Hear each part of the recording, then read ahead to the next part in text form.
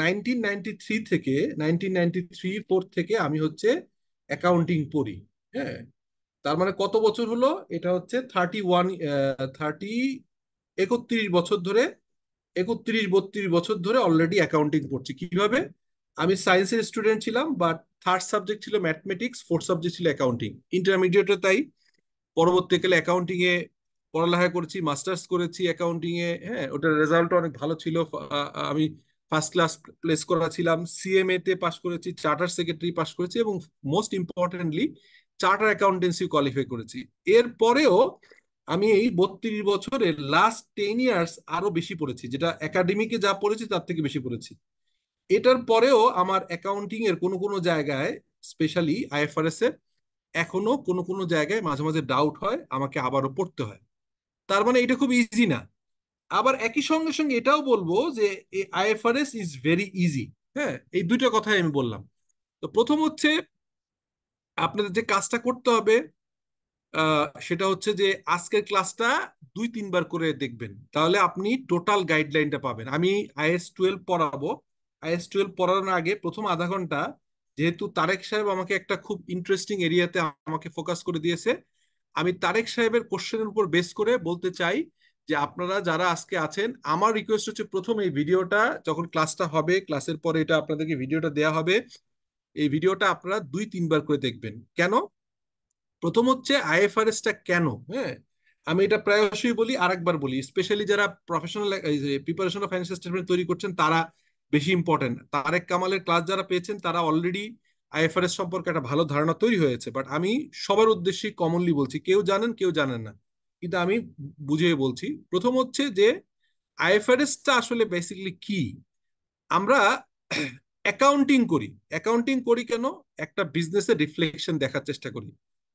একটা একটা যখন আমরা, এই যে আমি রিসেন্টলি বেশ কিছু টেস্ট করতে হয়েছে, একটা ফিজিক্যাল প্রবলেমের কারণে আমি হসপিটালাইজ হয়েছিলাম, টেস্ট করতে হয়েছে।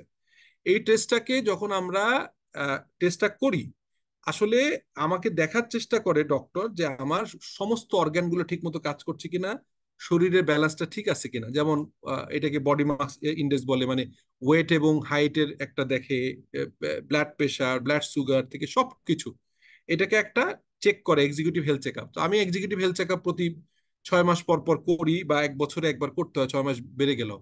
এখন একটা অর্গানাইজেশনের ফাইন্যান্সিয়াল অবস্থা কেমন আছে, এইটা বোঝা যায় অনলি অনলি একটা জায়গায়, সেটা হচ্ছে annual report. Specifically annual report তো অনেকে করে না, কিন্তু লিস্টেড কোম্পানির জন্য অ্যানুয়াল রিপোর্ট করা ম্যান্ডেটরি, কিন্তু অন্যরা অ্যানুয়াল রিপোর্ট না করলেও তারা যেটা করে, অ্যানুয়ালি অডিটেড ফাইন্যান্সিয়াল স্টেটমেন্ট করে। এখন এই financial statement basically the language of business. হ্যাঁ, মানে ব্যবসা কি করলো, কতটুকু প্রফিট হলো, কতটুকু লস হলো, কতটুকু দায় বাড়লো, কতটুকু দায় কমলো, এইটা আসলে, এটাকে এটাকে রিড করবার জন্য, এই ফাইন্যান্সিয়াল পজিশন বোঝবার জন্য আমরা বেসিক্যালি ফাইন্যান্সিয়াল স্টেটমেন্ট তৈরি করি, যেটা IS 1 এবং কনসেপচুয়াল ফ্রেমওয়ার্ক। কনসেপচুয়াল ফ্রেমওয়ার্কে বলা আছে যে কিভাবে রিপোর্টিংটা করতে হবে, কি কি জিনিস আছে কনসেপচুয়াল ফ্রেমওয়ার্ক। এটা 90 পাতার একটা ডকুমেন্ট, আমি আগে অনেকবার বলেছি, এইখানে ক্লিয়ার বলা আছে, আর IS 1-এ বলা আছে। যদিও আপনারা খেয়াল করে থাকবেন যে IS 1টা রিপ্লেস করে যাচ্ছে IFRS 18 দিয়ে। একটু নোট রেখেন, IFRS 18 নামে একটা নতুন আইএফআরএস আসছে, যেটা হচ্ছে IS 1-কে রিপ্লেস করবে। কিন্তু আপাতত 1-1.5 বছর আমরা ওই আইএফআরএস না দেখে IS 1-এর উপরই থাকবো, কারণ এটা 2027 তারিখ থেকে 27 সালে এটা অ্যাপ্লিকেবল হবে। তাহলে কি বললাম যে কি কি ফাইন্যান্সিয়াল স্টেটমেন্ট হবে, এটা দুই জায়গায় বলা আছে, একটা হচ্ছে কনসেপচুয়াল ফ্রেমওয়ার্ক আর একটা IS 1। কি বলা আছে? 5 ধরনের ফাইন্যান্সিয়াল স্টেটমেন্ট হবে।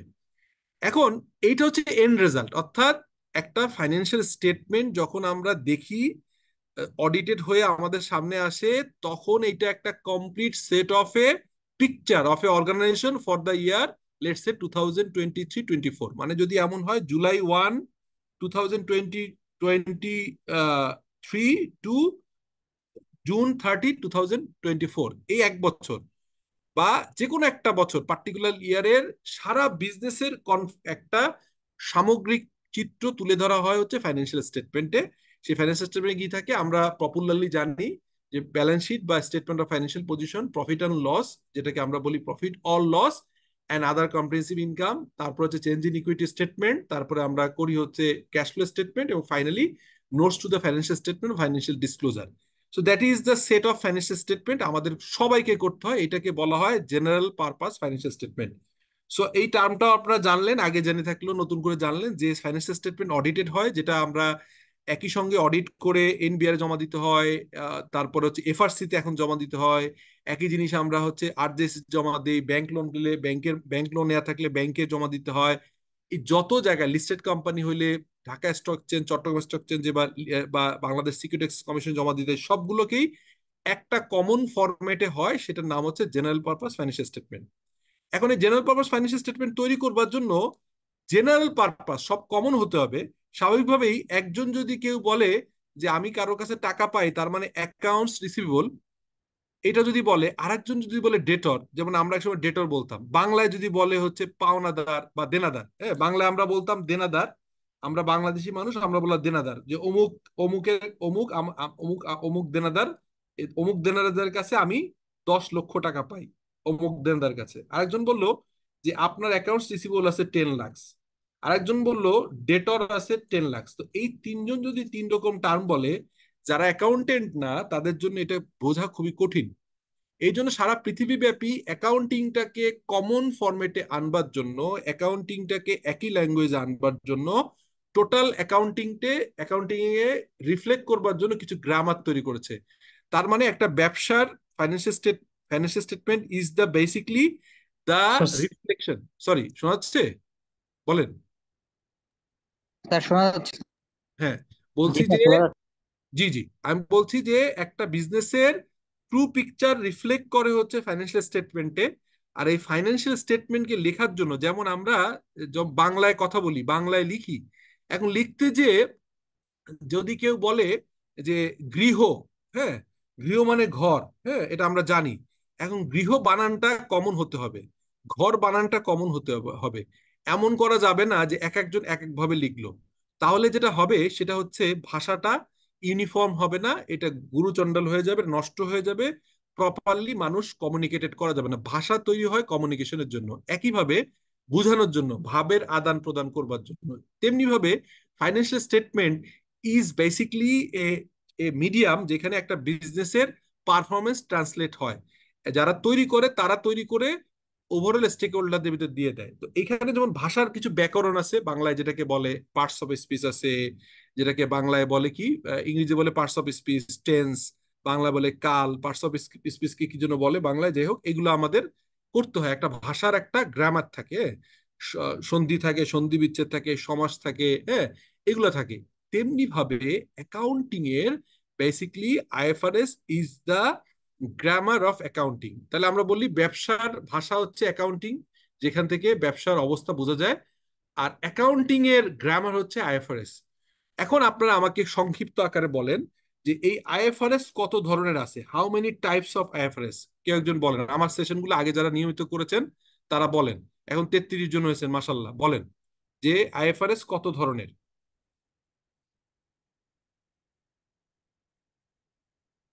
বলতে পারবেন?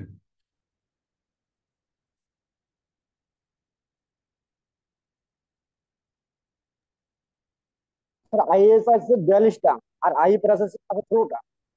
আচ্ছা, ওইটা তো একটা পার্টে বললেন, আর আর ভিন্নভাবে কেউ কিছু বলবেন? হ্যাঁ, ইউর রাইট, ওইটা হয়েছে, বাট আমার কোশ্চেন হচ্ছে আইএফআরএস আছে কত ধরনের। হ্যাঁ,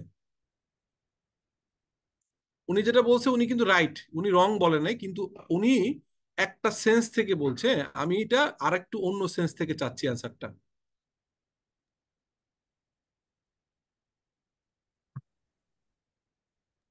বলবেন?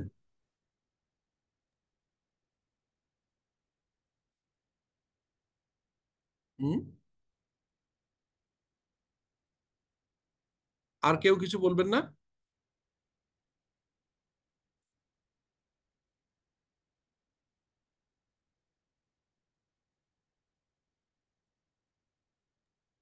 আমরা তো স্যার দুই ধরনেরই জানি, যে আইএস আর আইএফআরএস।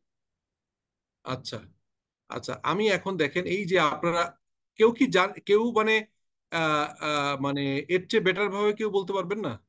স্যার যেরকম একটা জেনারেল পারপাস আর একটা এসএমই বা যেরকম ইন্স্যুরেন্স এই ধরনের। ওকে, ওকে, আচ্ছা, আপনি কিছুটা এই লাস্ট যিনি বললেন উনি কিছুটা ট্রাই করছেন, আমার কি একটা এখন পিপিটি দেখা যায়, একটা জি পাওয়ার স্যার। পয়েন্ট দেখা যায়? আচ্ছা, এখন দেখেন, আজকের পর থেকে, হ্যাঁ আজকের পর থেকে যে যেভাবেই আইএফআরএস বলুক না কেন, যাই বলুক না কেন, অন্যের সবার থেকে আপনারা বেটার আইএফআরএস জানবেন। কেন?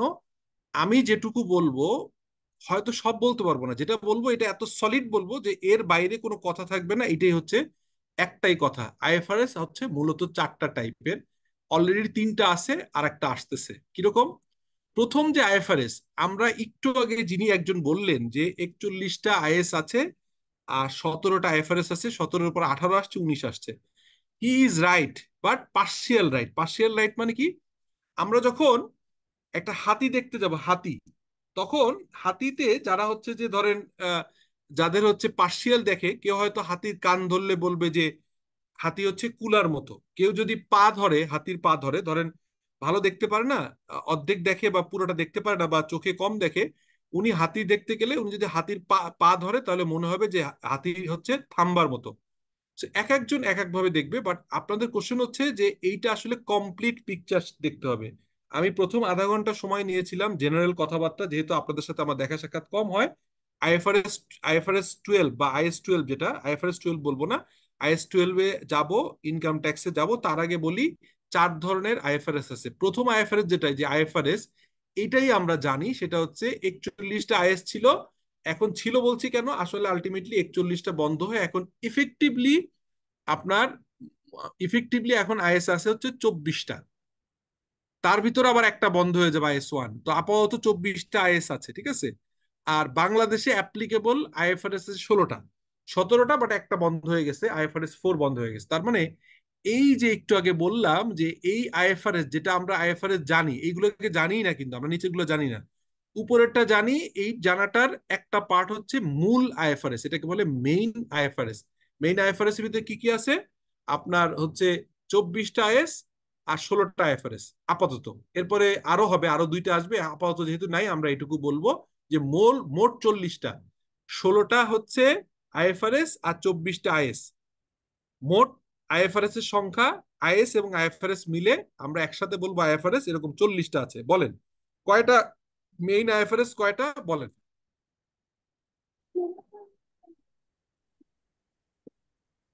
কেউ একজন বলেন আমাকে। 24টা হলো গিয়ে স্যার আইএস, আইএস আর আইএফআরএস 16টা, এই হলো মোট 40টা।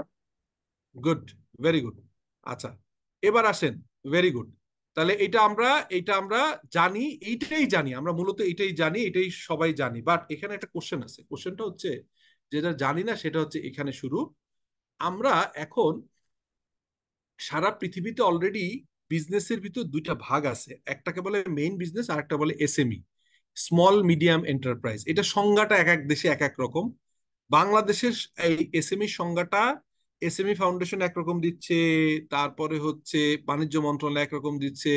বাট আমরা আমাদের আইএসআইএফআরএস পড়বার সময় যে সংজ্ঞাটা নিব, ওই সংজ্ঞাটা নিব হচ্ছে কোন কোন জায়গা থেকে বলেন তো? কোম্পানি অ্যাক্ট, তারপর হচ্ছে অথবা বাংলাদেশের লোকাল, অথবা আমরা এফআরসির আইন নিব, এফআরসির আইন। এফআরসির আইনে একটা জিনিস আছে, পাই আর নন পাই। কেউ শুনেছেন এই কথাটা, পাই আর non PIE? Public interest entity. Public interest entity. Public interest entity কি কেউ বলতে পারবেন?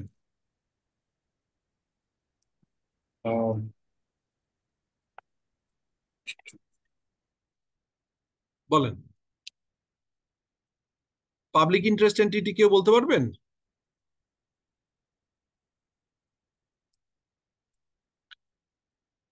আজকের ক্লাসটা শুরুতেই বলছিলাম 2-3 বার করে দেখতে হবে, কারণ অনেক কিছুই নতুন নতুন পাবেন, এবং এগুলো না জানলে আসলে আইএফআরএস জেনে আপনার অন্যগুলো জেনে লাভ হবে না। এটা হচ্ছে এত বেসিক, যখন আপনি ইন্টারভিউ বোর্ডে যাবেন, পরীক্ষায় বসবেন, তখন এই বেসিক জিনিসগুলো জানতে হবে। আচ্ছা, পাবলিক ইন্টারেস্ট এন্টিটি হচ্ছে এখানে আমাদের ফাইন্যান্সিয়াল রিপোর্টিং অ্যাক্ট, লিখে রাখেন, ফাইন্যান্সিয়াল রিপোর্টিং অ্যাক্ট। এখানে বলা আছে নতুন করে, তারা এটা সংজ্ঞা ডিফাইন করছে। কোন কোম্পানি, খুব মনোযোগ দিয়ে খেয়াল করেন, কোন কোম্পানির বার্ষিক টার্নওভার যদি 50 কোটি টাকার বেশি হয়, কত? 50 ক্রোর, 50 ক্রোর প্লাস, 50 ক্রোর অথবা প্লাস যদি হয়, তাহলে হচ্ছে তাকে আমরা পাই ধরবো। ঠিক আছে, ওকে? এটা হচ্ছে 1 নম্বর কন্ডিশন, কন্ডিশন 1। এটা হচ্ছে 1 নম্বর কন্ডিশন, যে 50 কোটি টাকার উপরে টার্নওভার হলে আমরা তাকে বলবো হচ্ছে পাই। ঠিক আছে? স্যার আরেকটা হচ্ছে স্যার পরিসম্পদের অর্থসীমা না, 3 কোটি হ্যাঁ, টাকা। ওটাই বলছি। এরপরে আছে 3টা কন্ডিশন। ওয়ান, হ্যাঁ, you are good, you are right. One হচ্ছে আপনার 30 কোটি টাকার অ্যাসেট, না? 30 কোটি টাকা 30 crore অ্যাসেট, সিআরও আর ই সিআরও, 30 কোটি টাকার অ্যাসেট, হ্যাঁ। অথবা 2 নম্বর আছে কি বললাম? শেয়ার হোল্ডার হওয়ার ইকুইটি স্যার।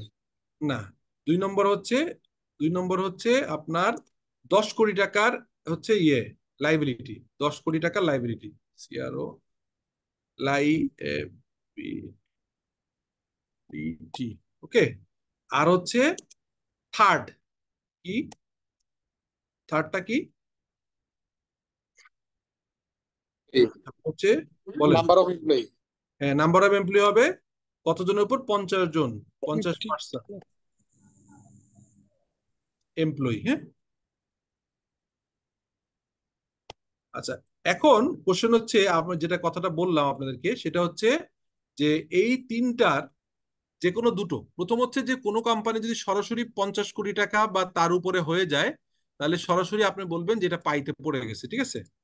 আচ্ছা, আর বিতে বললাম যে যদি কারোর এমন হয় যে তার অ্যাসেট 30 কোটি টাকা, এবং অ্যাসেট 30 কোটি টাকা বললাম, তারপর কি বললাম? অ্যাসেট 30 কোটি এবং হচ্ছে লাইবিলিটি 10 কোটি, অথবা আপনার হচ্ছে 50 জন। এই তিনটা যে কোনো দুইটা যদি ফুলফিল হয় তাহলেও পাইতে পড়ে যাবে। সো এটা কি? এই তিনটার কি বললাম আমি? এনি, এই তিনটার কি হবে? এনি টু, এই তিনটার এনি টু। এখন বলেন এটা ক্লিয়ারলি বুঝছেন কিনা? Any two of above three condition. বলেন বোঝা গেল কিনা? কোনো কোশ্চেন আছে? না না স্যার, বুঝেছি। হ্যাঁ, পুরোটা স্যার হয়তো বুঝেন গ্যাজেটটা নাই। 2020 সালের গ্যাজেট। জি জি, বলেন। আইনটা কি 2020 সালের?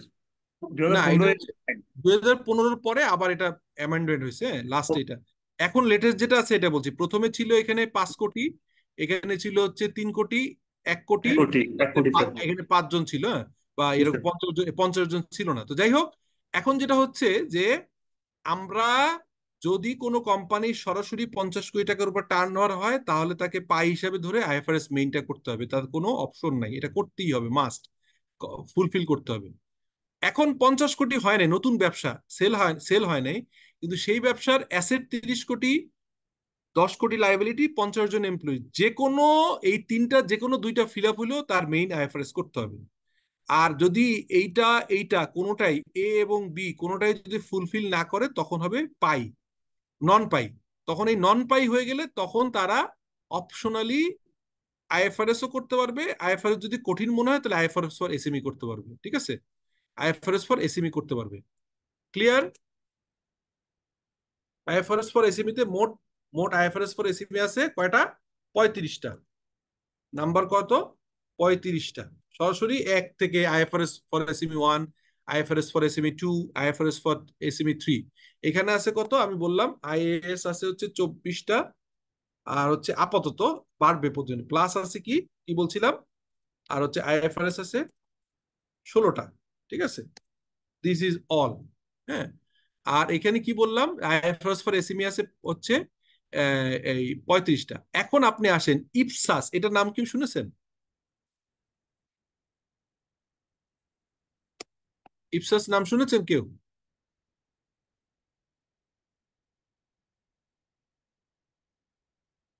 শোনেন নাই? আচ্ছা, ইপসাস হচ্ছে যেসব জায়গায় গভর্নমেন্ট থেকে গ্র্যান্ড ফান্ড পায়, যেমন বা সরাসরি আপনার প্রাইভেট মানে ওনারশিপে নাই। যেমন আমি একটা উদাহরণ দিই, ধরেন হচ্ছে যে কোনো সংস্থা, যেমন আপনার ওয়াসা, ঢাকা ওয়াসা, অথবা আপনার এরকম যারা আছে, তারপরে হচ্ছে যে বিভিন্ন ধরনের ক্রিয়া শিক্ষা প্রতিষ্ঠান বাংলাদেশের, হ্যাঁ, যেগুলো হচ্ছে গ্র্যান্ট পায় অথবা গভর্নমেন্ট থেকে সাপোর্ট পায়, এবং গভর্নমেন্ট গভর্নমেন্টের আন্ডারেই চলে, কিন্তু তাদের অ্যাকাউন্টেবিলিটি আছে, ঠিক আছে। এগুলোকে ইপসাস করতে হয়। ইপসাস মানে হচ্ছে international public sector accounting standard. তাহলে এটা হচ্ছে পাবলিক সেক্টর যেসব কোম্পানি আছে, যেমন ঢাকা ওয়াসা বললাম, ডেসা বললাম, এই ধরনের অর্গানাইজেশন গুলো, অথবা আরো কিছু আছে গভর্নমেন্ট গ্র্যান্ট নিয়ে পায়, এরকম প্রতিষ্ঠানগুলো ইপসাস করতে হয়। তো ইপসাসটা আপাতত আমাদের জন্য ইম্পর্টেন্ট না, যেহেতু আমরা এখানে সবাই, আশা করি সবাই প্রাইভেট সেক্টরে, কেউ হচ্ছে এই সেক্টরে ইপসাসে কেউ কাজ করেন না, হ্যাঁ। এই জন্য ইপসাসটা জেনে রাখলেন, এর বেশি দরকার নাই। এই ইপসাসে 5টা লেভেল আছে, 5টা লেভেল, শুধু এটুকু জানলে হবে। 5টা লেভেলস, হ্যাঁ। 5টা লেভেলসটা হচ্ছে কি, কেউ বলতে পারবেন 5টা লেভেল কি?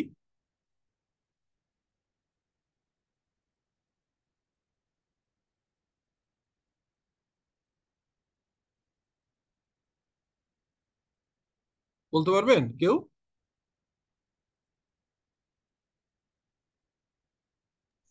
না স্যার।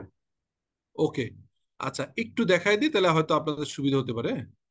আপনাদের হয় কি, এই আজকের ক্লাসটা খুব ইম্পর্টেন্ট এই জন্য যে যখন আপনি এখনকার সময় আপনি যখন কোনো প্রফেশনাল পরীক্ষায় বসবেন, অথবা যদি কোনো আপনার ইয়েতে বসেন, হ্যাঁ, আপনি যদি কোনো ইন্টারভিউ বোর্ডে যান, আমি শিওর যে আপনারা ঘাবড়ে যাবেন। হ্যাঁ, ঘাবড়ে যাবেন কেন? যদি আপনারা এটা না দেখেন, তাহলে না জানেন, তাহলে বিপদে পড়ে যাবেন। আপনাদের বিপদে ফেলানো খুব ইজি।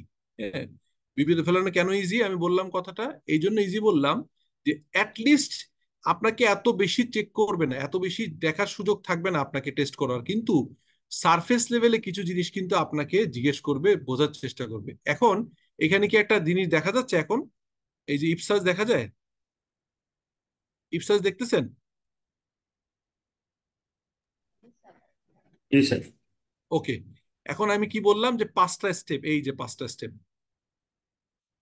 প্রথম স্টেপ একদম লোয়েস্ট যেটা, এটা হচ্ছে যেসব গভর্নমেন্ট ওন, স্টেট ওন, এই যে দেখেন সংজ্ঞা দেয়া আছে, আমি একটু আগে যেটা বললাম না, একটু দেখেন, ডেফিনেশন অফ পিই, এটা কি পাবলিক এন্টারপ্রাইজ, এটার নাম কি পাবলিক এন্টারপ্রাইজ। আর একটা বললাম এসপিএস, স্ট্যাটুটরি পাবলিক অথরিটি। কেমন? আমি উদাহরণ দিই, যেমন হচ্ছে এই পিই সংজ্ঞা কি, PE, public enterprise means a company or firm, whether incorporate or registered or not, in which government has at least 50% share. তাহলে গভর্নমেন্ট যদি অ্যাটলিস্ট 50 থেকে 100% পর্যন্ত শেয়ার ওন করে, এরকম কোম্পানিগুলোকে আমরা বলবো পাবলিক এন্টারপ্রাইজ, পিই। আর একটা কি বললো, এসপিএ। এসপিএটা কি? Statutory public authority, means any authority, cooperation or body, the activities of the principal activities of which are authorized by act, ordinance or order। যেমন আইসিএমএ ইনস্টিটিউট, আইসিএমএ অ্যাক্ট দিয়ে হয়েছে, সিএ হচ্ছে প্রেসিডেন্সিয়াল অর্ডার দিয়ে হয়েছে, চার্টার সেক্রেটারি ইনস্টিটিউট অ্যাক্ট দিয়ে হয়েছে। এরা হচ্ছে গভর্নমেন্টের গ্র্যান্ট পায়, গভর্নমেন্ট থেকে টাকা পায়, এরকম বডিকে আমরা বলবো statutory public authority. Dhaka university, হ্যাঁ, পাবলিক ইউনিভার্সিটি, এগুলো পড়বে এটার ভিতরে, স্ট্যাটুটরি পাবলিক অথরিটি। এখন বলছে অল পি পাবলিক এন্টারপ্রাইজ 5টা লেভেল হবে। কি লেভেল? তারা যদি তাদের, এই খেয়াল করেন, লেভেল 5 হচ্ছে cash basis, very small scale operation, অর্থাৎ রেভিনিউ, তারা যে টাকাটা পায় গভর্নমেন্ট থেকে, এই টাকাটা যদি 5 কোটি টাকার নিচে হয়, তাহলে তারা যেটা করতে পারবে, তারা হচ্ছে ক্যাশ বেসিস করতে পারবে, অথবা উপরের গুলা সিলেক্ট করতে পারবে। অর্থাৎ যে অ্যাকাউন্টিংটা ক্যাশ বেসিস করছে, সে 5 কোটি টাকার নিচে হলে ক্যাশ বেসিস করতে পারবে। এর পরের লেভেলটাকে বলা হয় modified accrual basis, small scale operation, revenue হচ্ছে 30 কোটি টাকার বেশি, অথবা 10 কোটি টাকার বেশি আর 30 কোটি টাকার, মানে 10 কোটি টাকার বেশি হচ্ছে gross asset revenue, sorry, revenue 30 কোটি টাকার বেশি, অর গ্রস অ্যাসেট 10 কোটি টাকার বেশি, এরকম হলে মডিফাইড বেসিসে, মডিফাইড অ্যাক্রুয়াল বেসিস, মানে সে কিছুটা অ্যাক্রুয়াল কিছুটা ক্যাশ বেসিস করতে পারবে। তারপরের লেভেলটা কোনটা? তারপরের লেভেলটা হচ্ছে সিম্পল অ্যাক্রুয়াল বেসিস, সেটা হচ্ছে medium scale of operation, revenue হচ্ছে 50 কোটি টাকার সমান অথবা কম, এরকম হলে সে হচ্ছে সিম্পলিফাইড অ্যাক্রুয়াল করবে, সরি, সিম্পল অ্যাক্রুয়াল। আর লাস্টেরটা যেটা হচ্ছে লেভেল 2 হচ্ছে বিগ স্কেল অপারেশন, রেভিনিউ হচ্ছে যদি 80 কোটি টাকার উপরে হয় তাহলে সে কি করবে, সিম্পলিফাইড অ্যাক্রুয়াল বেসিস ইপসাস। আর ফাইনালি যদি কারোর যদি এমন হয় large scale income generated more than 50% of the organization activities এবং 100 কোটি টাকার উপর যদি হয়, তারা হচ্ছে আইএফআরএস এর মতো ফুল অ্যাক্রুয়াল বেসিস করতে হবে। আচ্ছা, একটু মনে হয় মাথায় প্যাচ লেগে গেল, আপনাদেরকে সহজ করে দেই। আমি বলছিলাম যে আইএফআরএস বা অ্যাকাউন্টিং স্ট্যান্ডার্ড 4 রকম আছে। প্রথমটা বললাম, এতদিন যাবত যারা সিএফও করছে বা আমাদের এখানে আইএফআরএস শিখছেন, তারা শিখতেছেন মূলত আইএফআরএস, মেইন আইএফআরএস। সেখানে কি আছে, যেটা আমরা প্রাইভেট অর্গানাইজেশনে কাজ করি, আমাদের পাবলিক লিস্টেড কোম্পানিতে কাজ করি, আমরা জানি যে এখানে হচ্ছে আপনার মেইন আইএফআরএসটা হচ্ছে 24টা আইএস এবং 16টা আইএফআরএস আছে। এরপরে বলছিলাম যারা নন পাই হবে, অর্থাৎ যারা ছোট কোম্পানি কিন্তু কোম্পানি, তাদেরকে করতে হবে আইএফআরএস ফর এসএমই, তারা ইমপ্লিমেন্ট করতে পারবে অথবা মেইন আইএফআরএস ইমপ্লিমেন্ট করতে পারবে।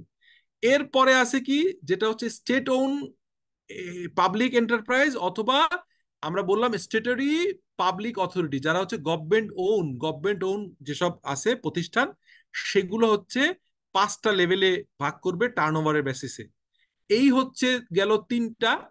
এবার আপনি আসেন, আমি আবার আগের জায়গায় যাই। এই গেল 3টা। আর লাস্টে একটা আছে যেখানে আমি ওয়ার্কিং গ্রুপে কাজ করছি, এটাতে আমি বাংলাদেশের মানে যে আইএফআরসির পক্ষ থেকে ওয়ার্কিং গ্রুপে কাজ করছি। এটার নাম কি? এটার নাম হচ্ছে আপনার এই যে INPAG, international international non for profit accounting guideline. এটা হচ্ছে মূলত সহজ কথা এনজিওর জন্য, ঠিক আছে? এনজিওর জন্য। বোঝা গেল? বুঝতে পারলেন নাকি বোঝা যায় নাই? ইজ বুঝতে ইট পারছি ক্লিয়ার? স্যার। আচ্ছা, তাহলে এবার আমাকে একটু সংক্ষেপে বলেন তো যে আমি কি কি বুঝলেন আর না বুঝলেন, বলেন একটু, বলেন তো দেখি আপনারা বুঝতে পারলেন কিনা। আমি যে কথাগুলো এতক্ষণ বললাম, কি কি বললাম আমি তো সরাই ফেলছি ওখান থেকে, বলেন। আইএফআরএস আছে কত রকম, মানে অ্যাকাউন্টিং গাইডলাইন স্ট্যান্ডার্ড কত রকম আছে বলেন। অ্যাকাউন্টিং গাইডলাইনটা 4 ধরনের আছে। এটার মধ্যে মেইন যেটা আইএফআরএস, আমরা যেটা সিএফও ছেলেরা বা আমরা যেটা পড়তেছি আর কি, সেটা হুম হলো আইএফআরএস। আবার দেখা গেছে যে আইএস আছে আমাদের 24টা এখন কার্যকর এবং 16টা, হুম যদিও হুম 3টা আছে 18-19 পর্যন্ত যাচ্ছে, এখন 16টা আছে। এই হলো মোট 16টা। হুম তারপরে যেগুলা যে পায়ের আন্ডারে পড়ে না, ছোটগুলা, হুম, তারা করতে পারবে যে আইএফআরএস ফর এসএমই, যেটা জি, স্মল মিডিয়াম, এইটা করতে পারবে। আর হ্যাঁ, যারা নাকি সরকার থেকে small medium enterprise IFRS for SME, enterprise, মানে এটা মোট কয়টা আইএফআরএস আছে ওখানে বলেন তো? এখানে স্যার 35টা আছে আইএফআরএস, ফ্যান্টাস্টিক, 1 রাইট। থেকে 35 পর্যন্ত। আর এরপরে যেটা আছে সেটা হলো ইফসাস। হুম ইফসাসটা হলো গিয়ে সরকারি ইয়ে থেকে যারা পায়, হুম টার্নওভারের উপরে ভিত্তি করে, যেমন দেখা গেছে যে 5 কোটির নিচে যদি হয় তাহলে হুম এক ধরনের, এইরকম করতে করতে লাস্টে যেটা 100 কোটি পর্যন্ত হবে লেভেলটাতে, হুম লাস্ট লেভেল যেটা, সেটাতে আইএফআরএস মেনটেন করতে হবে। হুম, আর সর্বনিম্ন যেটা, সেটা হলো ক্যাশ বেসিসে করা যাবে 5 কোটির নিচে যাওয়া। জি, আর 4 নাম্বারটা হলো যে আইএনপিএজি, এরকম যেটা হলো নন প্রফিট, যেটা ইন্টারন্যাশনাল নন প্রফিট এরকম, হ্যাঁ, সেটা হলো কি যে আছে এনজিও। দেখা যায় না, স্ক্রিনে দেখা যায় না আমি যে দেখাচ্ছি যেটা? না, স্কিমটা নাই স্যার। তো স্ক্রিনে, সেটা হলো যে এটা হলো যে এনজিও টাইপের যেগুলো আছে, এইগুলোর জন্য ক্যালকুলেশনের যেটা হয়, ও এই হলো আচ্ছা, ব্যাপার। ওকে ওকে, গুড গুড। এখন কি আপনারা আমি স্ক্রিন শেয়ার করেছিলাম, ওটা মাঝে দেখা যাচ্ছিল না? না স্যার। আচ্ছা, আমি হ্যাঁ, দেখাই। দেখতে পাচ্ছিলাম স্যার। আচ্ছা, এখন দেখা যায়? জি স্যার, দেখা যায় স্যার। ওকে, এখানে দেখেন এই যে ওয়ার্কিং গ্রুপের কথা বলছিলাম, এই ওয়ার্কিং গ্রুপে কাজ করছি আমি। আমাকে এই গ্রুপে নেওয়া হয়েছিল, আমি অ্যাপ্লাই করেছিলাম এফআরসি তে যে আমি কাজ করতে চাই। এটার নাম কি? এ হচ্ছে ফাইন্যান্সিয়াল রিপোর্টিং কাউন্সিলের আইএনপিএজি সম্পর্কিত ওয়ার্কিং গ্রুপ অন্তর্ভুক্ত। আপনার সদয় অবগতির জন্য জানানো যাচ্ছে যে এটাতে কিছু কাজ করেছি। জানা হচ্ছে যে international non non profit non profit accounting organisation. Guideline. হ্যাঁ, নন প্রফিট মানে হচ্ছে এনজিও কে আমরা যে বলে এনজিও, ওরা বলে এনপিও, মানে এনপিএ বলে, non profit, NPO non profit organization বাইরে বলে, আমাদের বলে এনজিও, আর দেশের বাইরে বলে NPO non profit organization. International non profit accounting guideline সম্পর্কিত ওয়ার্কিং গ্রুপে অন্তর্ভুক্ত করা হয়েছে, এটা আমাদের বলা হয়েছে। এটা হচ্ছে আর একটা, এটা এখনো হয়নি, আগের তিনটা যেটা বললাম ওই তিনটা অলরেডি টেক প্লেস, অলরেডি এটা হচ্ছে। আর এই জিনিসটা হচ্ছে আপনার এখনো হয় নাই, বাট এটা আমরা ওয়ার্কিং গ্রুপে কাজ করছি, এটা হয়ে যাবে। তাহলে এবার আপনারা দেখেন, আজকের ক্লাসের পরে এই ক্লাসে যারা 33 জন লোক ছিলেন তাদের ভিতরে কোনো রকম কোনো কনফিউশন কাজ করা যাবে না। কি কাজ করা যাবে না? যে আইএফআরএস কত ধরনের, এই কোশ্চেন করলে বলবেন যে স্যার মেইন আইএফআরএস, বা স্যার ভাই যাকে যেটা বলেন, যে আইএফআরএস হচ্ছে মেইন আইএফআরএস যেটা আমরা জেনে থাকি, এটা হচ্ছে প্রাইভেট সেক্টরে বা যেটা হচ্ছে পাবলিক লিমিটেড অথবা প্রাইভেট লিমিটেড কোম্পানি যারা পায়ের আন্ডারে পড়ে তাদেরকে আইএফআরএস ম্যান্ডেটরিলি মেনটেন করতে হবে। যেখানে আমরা জানি মেইন আইএফআরএসটা এটা হচ্ছে আপনার 24টার মতো আইএস আছে এবং 16টা আইএফআরএস আছে, এটা নিয়ে একটা প্যাকেজ। এরপর আরেকটা প্যাকেজ আছে যেটা হচ্ছে একটু ছোট কোম্পানির জন্য, এসএমইর জন্য, সেটা 35টা আইএফআরএস আছে, আইএফআরএস 1 2 3। স্যার একটা প্রশ্ন ছিল। আইএফআরএস ফর, হ্যাঁ আইএফআরএস একটু দাঁড়ান, একটু শেষ করে, আইএফআরএস ফর এসএমই 1 2 3 4। এরপরে ইপসাস, ইপসাসটা হচ্ছে গভর্নমেন্টের অর্গানাইজেশনের জন্য, এটা 5টা লেভেলে হয়। আর একটা হচ্ছে INPAG, international non profit accounting guideline. এই হচ্ছে মোট মোট পিকচার। বলেন এবার কোশ্চেন বলেন প্লিজ। স্যার আইএনপিএজি যেটা ইন্টারন্যাশনাল এনজিওর জন্য গাইডলাইন যেটা হচ্ছে, এটা কি আইএফআরএস এর বাইরে? এখন আমার প্রশ্ন হচ্ছে স্যার, এখানে আমার তো যেসব প্রতিষ্ঠান পায়ের আন্ডারে অর্থাৎ 50 কোটি 50 crore যেগুলো আছে প্রতিষ্ঠান এবং 50 জনের অধিক সদস্য তাদের কর্মচারী আছে, তারা তো পায়ের আন্ডারে পড়ে। তাহলে আমরা আইএফআরএস ম্যান্ডেটরি ওদের ওদের জন্য। তাহলে এই আইএনপিএজিটা যে এনজিওর জন্য যেটা গাইডলাইন, সেটা কি আলাদা করা হচ্ছে বা গাইডলাইনটা কি ধরনের হবে? এখন হচ্ছে আপনি ভালো কোশ্চেন করেছেন, থ্যাংক ইউ।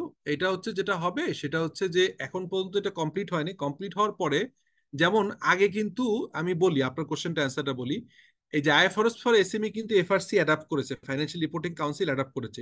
এর আগে মেইন আইএফআরএস অ্যাডাপ্ট করেছে। এখন আমরা কিন্তু এতদিন পর্যন্ত জানতাম না যে কি হবে, এখন আমরা বুঝতে পারছি, যেহেতু বলছে যে পায়ের পায়ের কোম্পানি মাস্ট আইএফআরএস মেনটেন করতে হবে, পায়ের কোম্পানিগুলো। জি তার স্যার, মানে জি স্যার। তাহলে এখন পাই যদি মেইন আইএফআরএস করতে হয়, তাহলে নন পাই হয়তো তারা অপশনাল মেইন আইএফআরএস ও করতে পারে, অথবা তারা আইএফআরএস ফর এসএমই, যেহেতু তারা পায়ের ভিতরে নাই এটা। আর এনজিও অলরেডি যারা আইএফআরএস করছে তাদের আইএফআরএস ই করতে হবে। কিন্তু যেসব এনজিও এখনো ক্যাশ বেসিসে করতেছে তাদেরকে আস্তে আস্তে এই যে আইএনপিএজি এর মাধ্যমে হবে। এখন দেখেন গভর্নমেন্টের কিছু কিছু কোম্পানি অলরেডি মেইন আইএফআরএস আছে।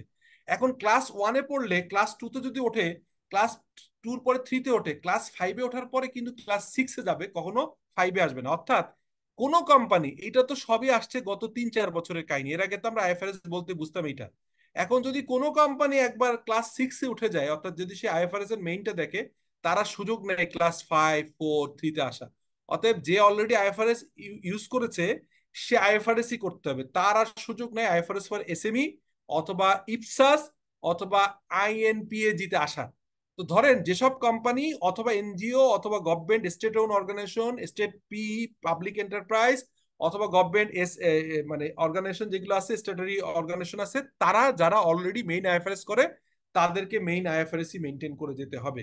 কিন্তু কোশ্চেন হচ্ছে যারা নতুন করে শুরু করছে অথবা এখন পর্যন্ত প্রপারলি অ্যাকাউন্টিং করছে না, এরকম বহুত অর্গানাইজেশন আছে, তারা এই ডিফারেন্ট ডিফারেন্ট চয়েস করে কথা বলে নিবে। অডিটর রাজি হইতে হবে, অডিটর রাজি হলে এফআরসিও রাজি হয়ে যাবে। সো এই হচ্ছে অ্যান্সার, আমি একটা ওভারঅল ধারণা দিলাম। এখন আপনাদেরকে আমি একটা ছোট্ট কোশ্চেন করি।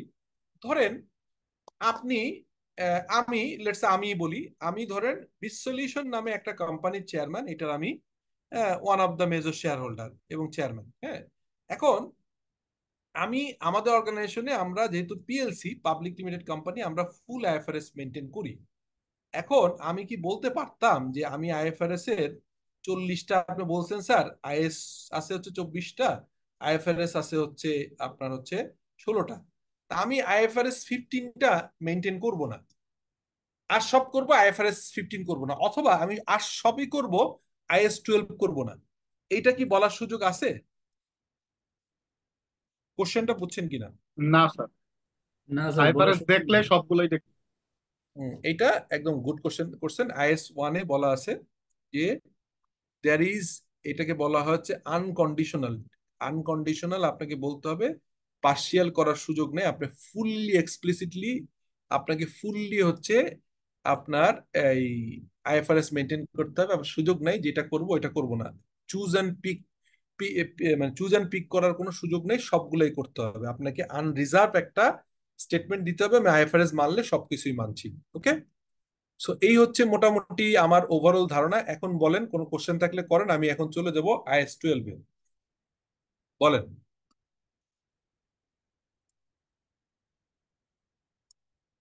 সব ঠিক আছে, বোঝা গেল?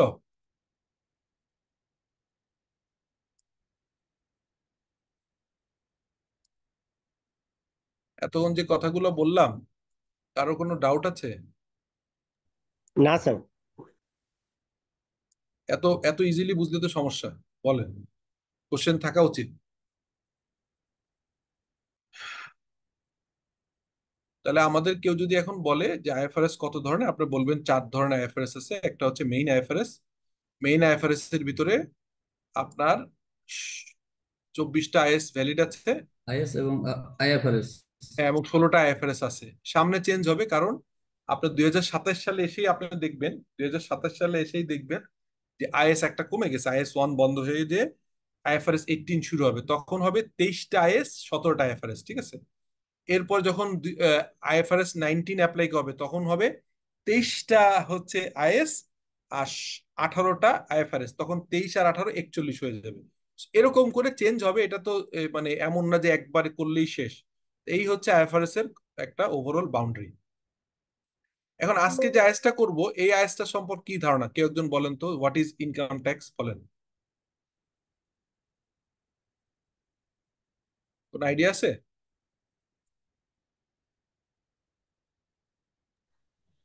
সেটা তো স্যার আয়ের উপর কর যেটা দেওয়া হয় স্যার, সেটা ইনকাম ট্যাক্স।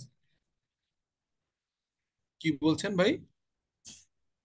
স্যার যে কোনো ব্যক্তি বা প্রতিষ্ঠানের হুম নির্দিষ্ট অর্থ বছরের হতে পারে, অথবা হুম নির্দিষ্ট মাসের বা হুম কোয়ার্টারলিও হতে পারে, হুম সেটার উপর যে কর ধার্য করা আছে স্যার, হুম। ইনকাম ট্যাক্স তাকেই বলা হয় স্যার। আচ্ছা, তো ইনকাম ট্যাক্স তো আমাদের দেশের আইন অনুযায়ী হয়। তো এখানে আমরা তাহলে আইএফআরএস এ আলাদাভাবে কেন লাগছে?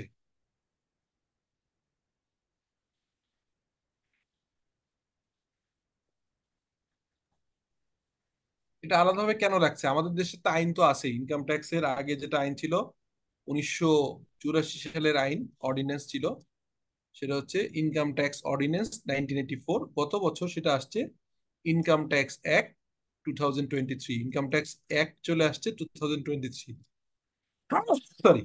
তো এখন তাহলে তো আছেই, কেন আইএস লাগছে কেন আলাদা হবে?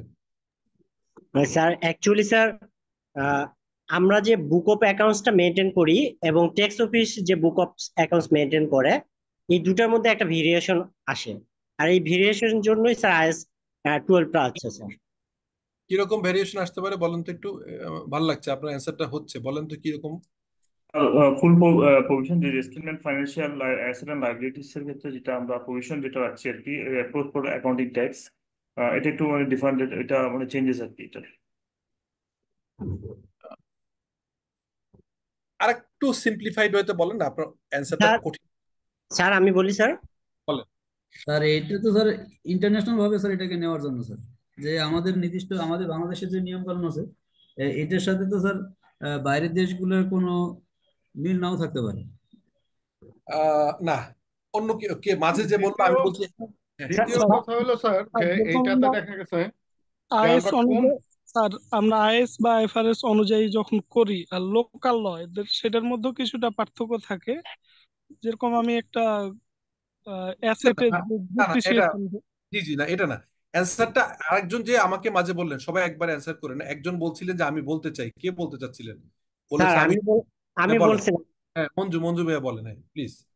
স্যার অ্যাকচুয়ালি স্যার আমরা যখন স্যার আহ, আহ, ধরেন আমরা যখন ফাইন্যান্সিয়াল রিপোর্ট করি sir, hmm say for sir, আমি যখন ডিপ্রিসিয়েশন চার্জ অ্যাপ্লাই করি, হুম ধরেন আমি একটা অ্যাসেটের হুম 5 বছর মেয়াদি একটা অ্যাসেটের 10% হারে হুম 50,000 টাকার একটা হুম অ্যাসেটের আমি 5 বছরে হুম 5,000 টাকা, আমি 10% হারে 5,000 টাকা ডিপ্রিসিয়েশন চার্জ করছি, কিন্তু ট্যাক্স অফিস বললো যে বলে না, এটা 10% হবে না, এটা 15% হবে। তো হুম আমি আমার বুকস অফ অ্যাকাউন্টসে ডিপ্রিসিয়েশন চার্জ করলাম 5,000 টাকা, ট্যাক্স অফিস করলো 7,500 টাকা।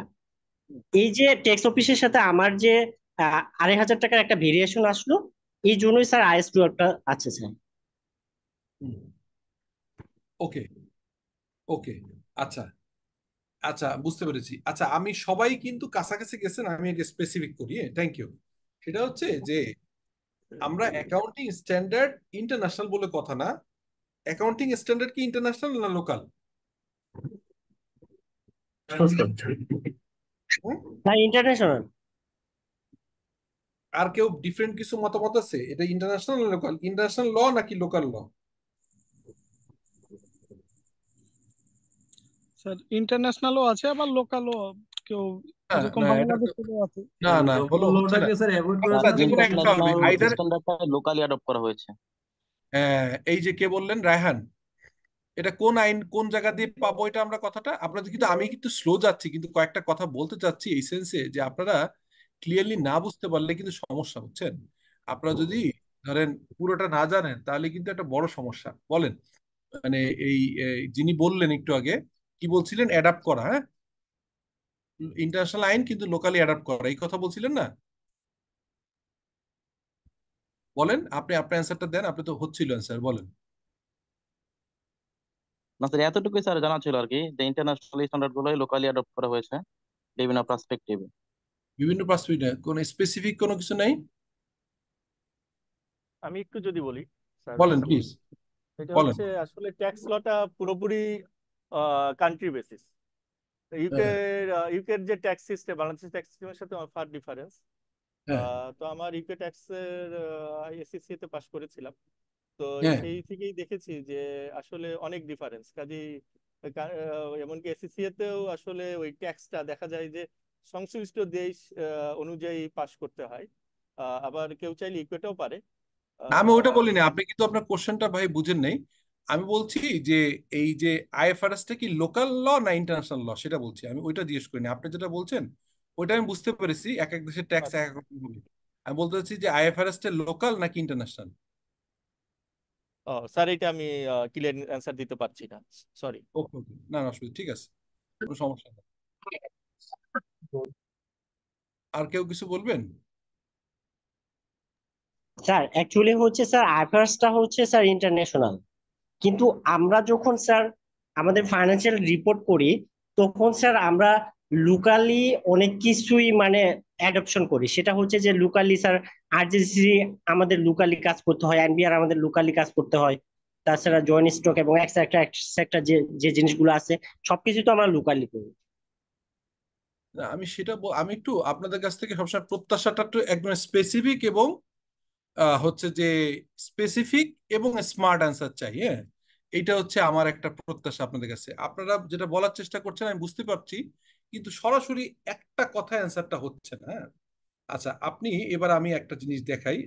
আপনারা আজকের ক্লাসের পরে এরকম এলোমেলো অ্যান্সার করবেন না, যখন যেটা বলবে স্পেসিফিক অ্যান্সার করবেন। যেমন আমি আপনাকে একটু আগে একটা জিনিস দেখাই, সেটা হচ্ছে আহ, এই যে আমি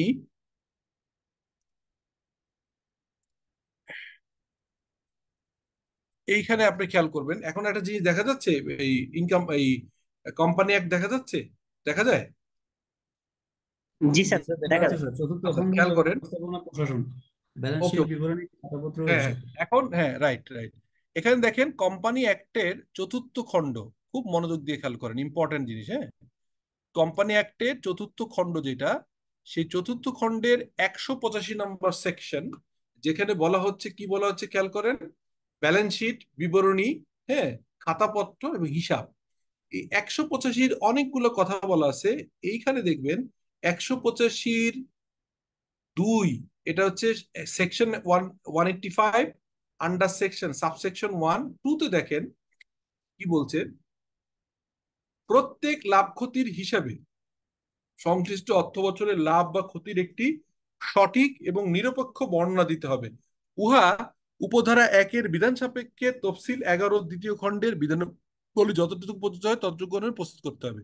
তবে শর্ত থাকে যে, কি শর্ত থাকে দেখেন, বীমা বা ব্যাংকিং কোম্পানির ক্ষেত্রে, বিদ্যুৎ উৎপাদনের ক্ষেত্রে, সরবরাহ কাজে নিয়োজিত কোনো কোম্পানির অথবা সকল কোম্পানির লাভ ক্ষতির হিসাব হচ্ছে ফর্ম উক্ত কোম্পানির নিয়ন্ত্রণাধীন আইন বা আইনের অধীনে বিনির্দিষ্ট আছে, সেই সকল ক্ষেত্রে কোম্পানির এখতিয়ার প্রযোজ্য হবে না। এবার দেখেন, এটা গেল। এবার দুইয়ের কথা কি বলছেন, নতুন ইনসার্ট হয়েছে, নতুন যে চেঞ্জ আসছে না আপনার, কোম্পানি একটা যে চেঞ্জ আসছে 2020 সালে, এখানে ঢুকে গেছে। কি আছে দেখেন, দুইয়ের ক, উপধারা দুইয়ে যাহা কিছুই থাকুক না কেন, খুব খেয়াল করেন, যাহা কিছুই থাকুক না কেন, ফাইন্যান্সিয়াল রিপোর্টিং আইন অর্থাৎ ফাইন্যান্সিয়াল রিপোর্টিং অ্যাক্ট 2015 ধারা 2-8 এ সংজ্ঞায়িত জনস্বার্থ সংস্থায়, জনস্বার্থ সংস্থা কি বলেন তো, একটু আগে বলছিলাম, বলেন তো কি বলেন। Public interest.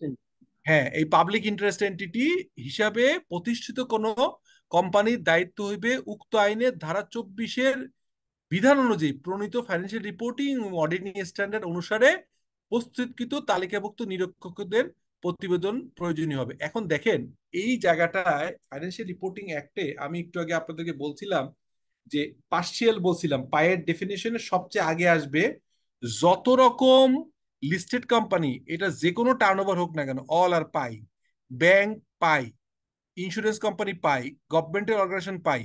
এর বাইরে পাবলিক প্রাইভেট অর্গানাইজেশন যেটা হচ্ছে আপনার লিস্টেড না, এরকম কোম্পানির ক্ষেত্রে বললাম যে টার্নওভার 50 কোটি টাকার উপর হলে পাইতে পড়ে যাবে। টার্নওভার যদি নাও থাকে তাহলে 50 জন এমপ্লয়ি, 30 কোটি টাকা অ্যাসেট অথবা 10 কোটি টাকা লাইবিলিটির যে কোনো দুইটা ফুলফিল করলে পায়ে পড়ে যাবে। এই পায়ের ক্ষেত্রে কোম্পানি একটা কি বলেছে খেয়াল করেন, এর সংজ্ঞায়িত জনস্বার্থ সংস্থা। তাহলে ফাইন্যান্সিয়াল রিপোর্টিং অ্যাক্ট অনুযায়ী পাবলিক ইন্টারেস্ট এন্টিটি বা জনস্বার্থ সংস্থা সংজ্ঞায়িত হলে তারে কি করতে হবে, এই ফাইন্যান্সিয়াল রিপোর্টিং আইনের 40 ধারা অনুযায়ী ফাইন্যান্সিয়াল রিপোর্টিং করতে হবে। সেটা কি করতে হবে, এই যে ফাইন্যান্সিয়াল রিপোর্টিং এবং অডিটিং স্ট্যান্ডার্ড, তার মানে এখানে দুইটা জিনিস আছে, একটাকে বলা হচ্ছে আইএফআরএস যেটাকে ফাইন্যান্সিয়াল রিপোর্টিং স্ট্যান্ডার্ড, আর একটাকে বলা হয় অডিটিং স্ট্যান্ডার্ড আইএসএ। মনোযোগ দিয়ে খেয়াল করেন, একটাকে বলা হয় অ্যাকাউন্টিং স্ট্যান্ডার্ড যেটাকে আইএফআরএস অথবা আইএফআরএস ফর এসএমই অথবা ইপসাস অথবা হচ্ছে আইএনপিএজি, যাই বলেন, এটা হবে কোনটা, অ্যাকাউন্টিং স্ট্যান্ডার্ড। আর অডিটিং স্ট্যান্ডার্ড নাম হচ্ছে ISA, international standard on auditing. এই জিনিসটা ইন্টারন্যাশনাল, আইএফআরএসও ইন্টারন্যাশনাল, আইএসও ইন্টারন্যাশনাল। এই ইন্টারন্যাশনালটা অ্যাডাপ্ট হয়েছে according to the financial reporting act 2015। তাকে ক্ষমতা দিল কোনটা, ক্ষমতা দিল হচ্ছে আরেকটা আইন যেটা হচ্ছে কোম্পানিজ অ্যাক্ট। যে কোনো কোম্পানিজ অ্যাক্ট হচ্ছে যে কোনো কোম্পানির জন্য মাদার ল। আবারও মনোযোগ দিয়ে খেয়াল করেন, বাংলাদেশে যে কোনো কোম্পানি, সেটা হোক আপনার নন ফর প্রফিট হোক অথবা প্রফিট হোক, কোম্পানি আছে এরকম সমস্ত কিছুকেই কোম্পানি অ্যাক্টের আন্ডারে আসবে। এবং কোম্পানি অ্যাক্টের সেকশন 85 এর সাবসেকশন 2 এর কতে বলা আছে যে বাংলাদেশে এই ধরনের অর্গানাইজেশন গুলো কোন রিপোর্টিং করতে হবে সেটাকে বলে দিছে, যে এফআরসি ফাইন্যান্সিয়াল রিপোর্টিং অ্যাক্ট যেটা অ্যাডাপ্ট করেছে, যেটা হচ্ছে ফাইন্যান্সিয়াল রিপোর্টিং স্ট্যান্ডার্ড কোনটা, আইএফআরএস যেটা অ্যাডাপ্ট করেছে এটা ম্যান্ডেটরি, আর হচ্ছে অডিটিং স্ট্যান্ডার্ড আইএসএ ম্যান্ডেটরি। তাহলে একটু আগে আপনাদেরকে যে কোশ্চেনটা আমি করছিলাম, এবার কি বোঝা গেছে যে এটা লোকাল নাকি ইন্টারন্যাশনাল, বোঝা গেল? এবার মনে হয় ক্লিয়ার হয়েছে। এখন বলতে পারবেন কেউ একজন যে আমি কি বোঝানোর চেষ্টা করলাম এতক্ষণ বলে বলে এই কথাটা, বলেন কি বোঝানোর চেষ্টা করছিলাম, বলেন।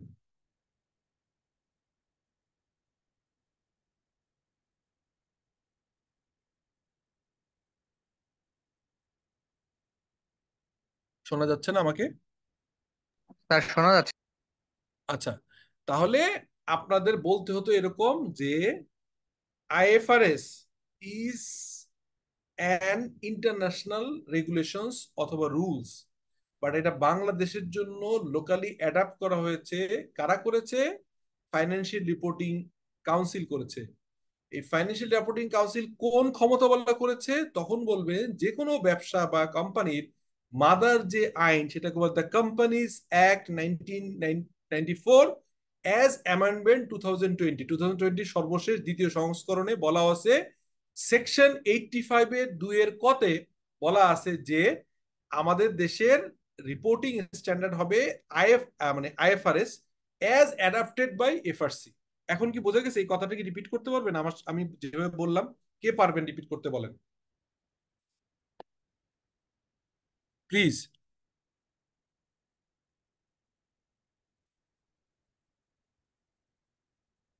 পারবেন না বলতে এভাবে?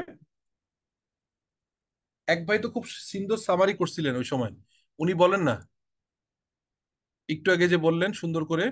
হ্যাঁ হ্যাঁ, জি। এটা হলো যে স্যার আইএফআরএস এর ইন্টারন্যাশনাল আন্ডারই, কিন্তু বাংলাদেশের ইয়েতে হলো যে অ্যাডাপ্ট করা হয়েছে। কোন বলে যে 185 এর সেকশন 2 তে বলা হয়েছে, সেটা 94 এর যে অ্যাক্টটা আছে, যেটা লাস্ট 2003-তে ইয়ে হয়েছে, এই 2020 অ্যাক্টের অর্থাৎ মাদার যেই প্রত্যেকটা কোম্পানির যে মাদার অ্যাক্ট, ওই মাদার অ্যাক্ট অনুযায়ী এই 2000 লেটেস্ট যেটা 2002 2003 এই অনুসারেই এটা চলবে। ওকে, তার মানে আবারও বলি, এই তারেক তারেক হাসান চৌধুরী উনি বলছিলেন উনি উনি সাপ্লাই চেনের মানুষ, কিন্তু উনি মনোযোগ দিয়ে ক্লাস শুনে দেখে অ্যাকাউন্টেন্টদের চাইতে সে ভালো অ্যান্সার করতে পারছে। কথাটা এরকম ছিল যে IFRS is an international rules, আইন, কিন্তু এটা বাংলাদেশে সমানভাবে প্রযোজ্য, কারণ এটাকে বাংলাদেশে অ্যাডাপ্ট করেছে। কারা অ্যাডাপ্ট করেছে? Financial reporting council. কিভাবে করেছে, কোন ক্ষমতা বলে করেছে? তারা হচ্ছে যে কোনো কোম্পানিরই মাদার প্রাইমারি ল হচ্ছে দ্য কোম্পানিজ অ্যাক্ট। সেই কোম্পানিজ অ্যাক্টটা 2020-তে 2020 সালে একটা সেকেন্ড অ্যামেন্ডমেন্ট আসছে। সেই অ্যামেন্ডমেন্ট বলে যে কোনো কোম্পানি হচ্ছে ওই কোম্পানি অ্যাক্ট মানতে বাধ্য, এবং এই কোম্পানি আইনের 185-র সাবসেকশন 20-র কতে বলা আছে, সাবসেকশন 85-এর কতে বলা আছে, সরি সাবসেকশন 2, 185 সাবসেকশন 2 এর কতে বলা আছে যে এফআরসি ফাইন্যান্সিয়াল রিপোর্টিং কাউন্সিল যেভাবে করে অ্যাডাপ্ট করবে সেভাবেই করতে হবে। ফাইন। এখন আমি এতক্ষণ যে কথাটা বললাম, income tax is a local, IFRS ও লোকাল, কিন্তু ইনকাম ট্যাক্স আইএফআরএস এর সাথে কোনো কোনো জায়গায় একমত হতে পারে না। কিরকম পারে না? একটা এক্সাম্পল দিই। আমরা IS-38 সম্পর্কে কারোর কোনো আইডিয়া আছে? IS-38 বলেন তো, জি স্যার। কি বলেন তো IS-38 কি? Sir intangible asset. এখন গুড, 2023 যে ইনকাম ট্যাক্স অ্যাক্ট আসছে, ইনকাম ট্যাক্স অ্যাক্ট 2023-তে ক্লিয়ারলি বলছে যে আমি ইনটেনজেবল অ্যাসেট নামে কিছুকে অ্যাকনলেজ করছি না। যেহেতু এইটা হচ্ছে ইনটেনজেবল অ্যাসেট আকারে, আমাকে হচ্ছে যে ইনটেনজেবল অ্যাসেটের ক্ষেত্রে কিছু কিছু জায়গায় আমি একমত হতে পারছি না। আচ্ছা, আরো কি হতে পারে না? আরেকজন এক্সাম্পল দিয়েছিল যে আপনি একটা গাড়ি কিনলেন, একটা গাড়ি কিনলেন, এই গাড়িটা আপনি মনে করছেন যে এই গাড়িটা চলবে হচ্ছে 20 বছর। এখন এই 20 বছর যে চলবে, আপনি 20 বছর হলে স্টেট লাইনে ডেপ্রিসিয়েশন করলে প্রতি বছর 5% করে ডেপ্রিসিয়েশন চার্জ করবেন। এই 5% হচ্ছে আপনি যেটা সেট করলেন, এটা অবৈধ না, এটা বৈধ। এটা কোন আইন বলে বৈধ? ইন্টারন্যাশনাল অ্যাকাউন্টিং স্ট্যান্ডার্ড 8-এ আপনি একটা জিনিস আছে, সেখানে বলা হয় অ্যাকাউন্টিং পলিসি। অ্যাকাউন্টিং পলিসি আপনি নিয়েছেন যে আপনার অ্যাকাউন্টিং পলিসি IS-16 অনুযায়ী প্ল্যান প্রপার্টি ইকুইপমেন্ট হিসেবে আপনি রিকগনাইজ করছেন গাড়ি, এবং গাড়ির লাইফ টাইম 20 ইয়ার্স, এবং সেই কারণে স্টেট লাইনে 5% চার্জ করছেন। কিন্তু ইনকাম ট্যাক্স অ্যাক্ট 2023 বলছে না, এটা এই গাড়িটার তোমাকে আমি ডেপ্রিসিয়েশন অ্যালাউ করবো 10 বছরের ভিতরে, 10 বছরের ভিতরে অ্যালাউ করবো। 10 বছর মানে 10%, তাহলে আপনি খরচ দেখাচ্ছেন 5% প্রতি বছর, ইনকাম ট্যাক্স অথরিটি অ্যালাউ করছে 10%। আমি উদাহরণ হিসেবে বললাম, এই যে ইনকাম ট্যাক্স অথরিটি একরকম অ্যালাউ করছে, তার মানে ডিসিটিরা আপনার ফাইন্যান্সিয়াল স্টেটমেন্ট অ্যাসেস করছে একরকম, আবার আপনি ফাইন্যান্সিয়াল স্টেটমেন্ট প্রিপেয়ার করছেন আপনার accounting policy guided by IFRS. So এই যে ডিফারেন্সটা দেখা গেল, এই ডিফারেন্সটাকে বলা হয় টেম্পোরারি ডিফারেন্স, এটাকে বলে temporary timing difference. So income tax অথরিটির ধরা আর ফাইন্যান্সিয়াল স্টেটমেন্ট প্রিপারেশন করার বেস, এই দুইটা বেজের ভিতরে যে ডিফারেন্স থাকে, সেই ডিফারেন্সকে রিকনসাইল করবার জন্য এই IS-12 আসছে। এবার কি ক্লিয়ার? তারেক সাহেব ছাড়া অন্য কেউ বলেন, তারেক সাহেব সব শুনে শুনে বলে ফেলতে পারছে। ইয়ে বলেন, আমাদের যে এসিসি এর যে কাজী আফজাল হোসেন ভাই বলেন।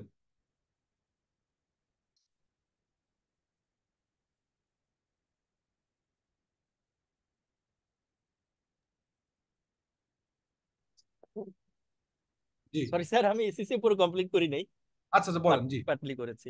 কি বলেন? আমি যে কথাটা বললাম যে IS-12 কি, এটা একটু বলেন আপনি একটু কষ্ট করে। স্যার IS-12 তো আমাদের তারেক ভাই চমৎকার বুঝাই দিলেন যে এটা আমাদের এফআরসি গাইডলাইন অনুযায়ী আমরা করছি, ফলো না না করছি। না, আমি কি বললাম আপনি কি বলছেন? আপনি আমার কথা শুনেন নাই। আমার কথা একটু আগে কে শুনেছেন? 185-2-এর না না না ধারা না না না। অনুযায়ী। হচ্ছে না ভাই, কোথায় যাচ্ছেন আপনি? আমি একটু আগে যে কথাটা বললাম এই কথাগুলো তো আগে বলছিলাম, আপনি কি অমনোযোগ হয়ে গেছেন বোধ হয়? হ্যাঁ, একটু অন্যরা আর কি। হ্যাঁ, আপনি লাস্ট কথা শুনেন নাই। IS-12 সম্পর্কে কি বলেছি কে বলতে পারবেন? স্যার আপনার কথাটা ছিল এরকম স্যার, যে এনবিআর যেমন ডিসিটি এবং যিনি হচ্ছে যে একটা অ্যাকাউন্ট রেডি করতেছেন, তাদের মধ্যে যে একটা ভাই ইনকাম আপনি ট্যাক্স রাখেন, রেট। একটু রাখেন, আপনারা আসলে মনোযোগ দিয়ে ক্লাস শুনেন না। আমার কষ্ট লাগে কি, এত কষ্ট করে পড়াচ্ছি রাত 10টায়, আপনারা একটা কথা 1 মিনিট পরে রিপ্রোডিউস করতে পারেন না। কি মনোযোগ দিয়ে শুনেন, খেয়াল করেন, এত ইজি করে বলি। আমি কিন্তু একবারও ডিসিটি, একবারও ইয়ে বলিনি, এনবিআর বলিনি। আমি বলছি যে ইনকাম ট্যাক্স অথরিটি, ইনকাম ট্যাক্সের যেভাবে ইনকাম ট্যাক্সের আইন অনুযায়ী আপনাকে যেভাবে একটা অ্যাসেটকে রিকগনাইজ করে, যে প্রক্রিয়া করে, ওইটা আপনার আইএফআরএস এর ডিফার করতে পারে। আইএফআরএস অনুযায়ী কিভাবে করেন আমি বলেছি যে আইএস, 5%। না না আবারও ভাই একটু প্লিজ আপনারা কথা শুনেন না। যখন জিজ্ঞেস করি তখন বলেন না, আবার উল্টাপাল্টা কথা বলেন। আমি কিন্তু ভাই একটু মানে আপনাদের এই জিনিসটা খারাপ লাগলো যে আপনারা হচ্ছে যে মনোযোগ দিয়ে শুনেন না এবং উল্টাপাল্টা কথা বলেন। আপনাদের ধারণাটা এত অস্বচ্ছ, এত, এবং যখন বলি সেটাও মনোযোগ দেন না। হ্যাঁ, ফলে আপনারা আবার প্যাচ লাগায় ফেলেন।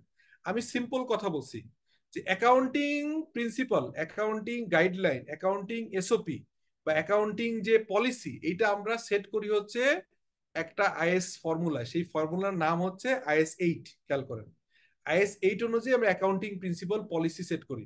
সেই পলিসি গাইডেড বাই আইএফআরএস। সে অনুযায়ী আমরা একটা অ্যাসেটকে কত পার্সেন্ট ডেপ্রিসিয়েশন নিব, কি মেথডে নিব, সেটা কি ইয়ার সাম অফ ইয়ার ডিজিট হবে নাকি স্টেট লাইন হবে, এটা ওখানে সেট করা। ওকে, একটা অ্যাজাম্পশন করবে যে এটা কত বছর যাবে, এটা 10 বছর, 5 বছর, 15 বছর, 20 বছর, এটা ধরে আপনি পলিসি ঠিক করে ফেললেন। কিন্তু ইনকাম ট্যাক্স অথরিটির আবার একটা ডিফারেন্ট শিডিউল আছে। সেটা হচ্ছে আগের যে পুরনো ইনকাম ট্যাক্স ছিল, এখানে থার্ড শিডিউল ছিল, নতুন আইনেও একই রকম ভাবে শিডিউল আছে। সেখানে বলা আছে কোন অ্যাসেট ক্যাটাগরির কিরকম ডেপ্রিসিয়েশন হবে। এই যে ইনকাম ট্যাক্স অথরিটি আপনার অ্যাসেটটাকে একভাবে দেখছে, একই প্রক্রিয়ায় দেখছে, আবার আপনি একইভাবে করছেন, এই দুইটার ভিতরে যে ডিফারেন্স, এইটাকে রিকনসাইল করবার জন্য IS-12 আসছে। আর বলতে পারবো না ভাই, পরে আপনারা এটা শুনে নিন, এই বারবার ভিডিওটা দেখে নিন কি বলছে। The objective of the standard is to prescribe the accounting treatment for income taxes. The principal issue in accounting for income tax is how to account for the current and future income tax consequence. এখন আসেন, এগুলো সব বাদ, আপনাদেরকে accounting profit বলতে কি বোঝা যায় কেউ একজন বলেন, what is accounting profit? Accounting profit হচ্ছে net profit or loss for a period before deducting income tax. কি বললাম বলেন? অ্যাকাউন্টিং প্রফিট, এই ডেফিনেশন না জানলে এটা শেখা খুব কঠিন হয়ে যাবে। এখানে কি বললাম? Net profit or loss, net profit or loss for a period before deducting income tax expense. মানে কি বলেন তো?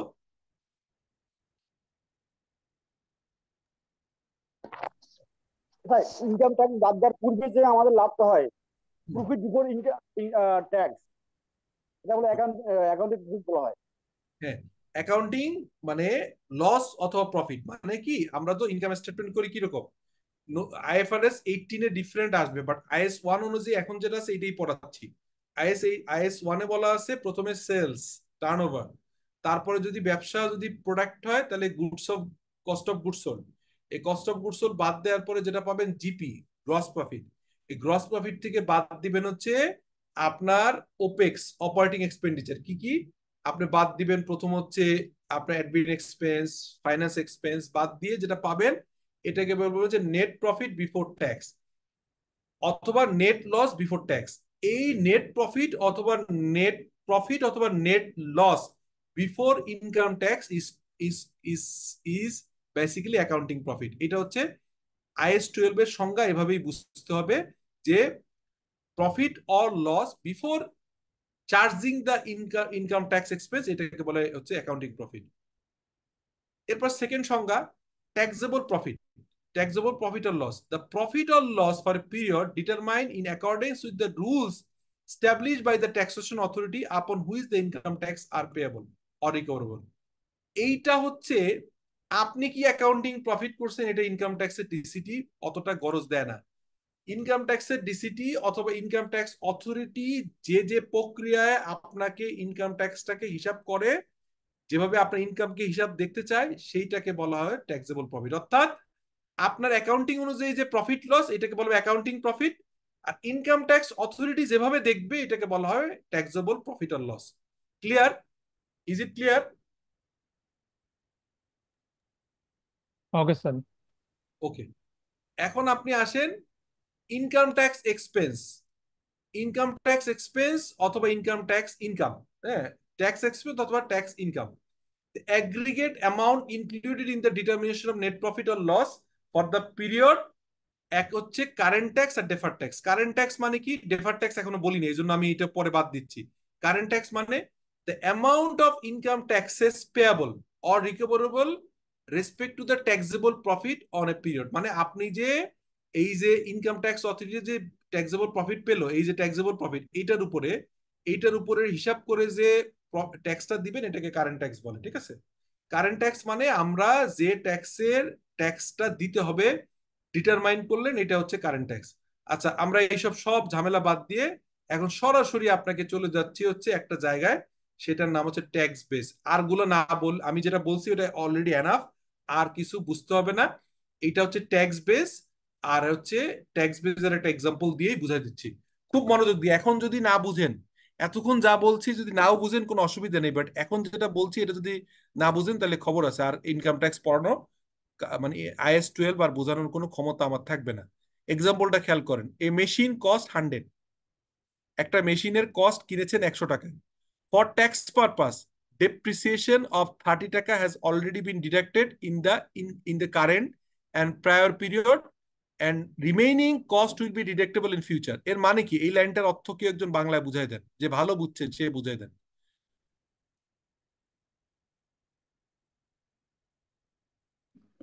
স্যার একটা মেশিনের কস্ট হচ্ছে 100 টাকা, আমরা হুম, ট্যাক্স পারপাস অলরেডি 30 টাকা ডেপ্রিসিয়েশন চার্জ করে ফেলছি।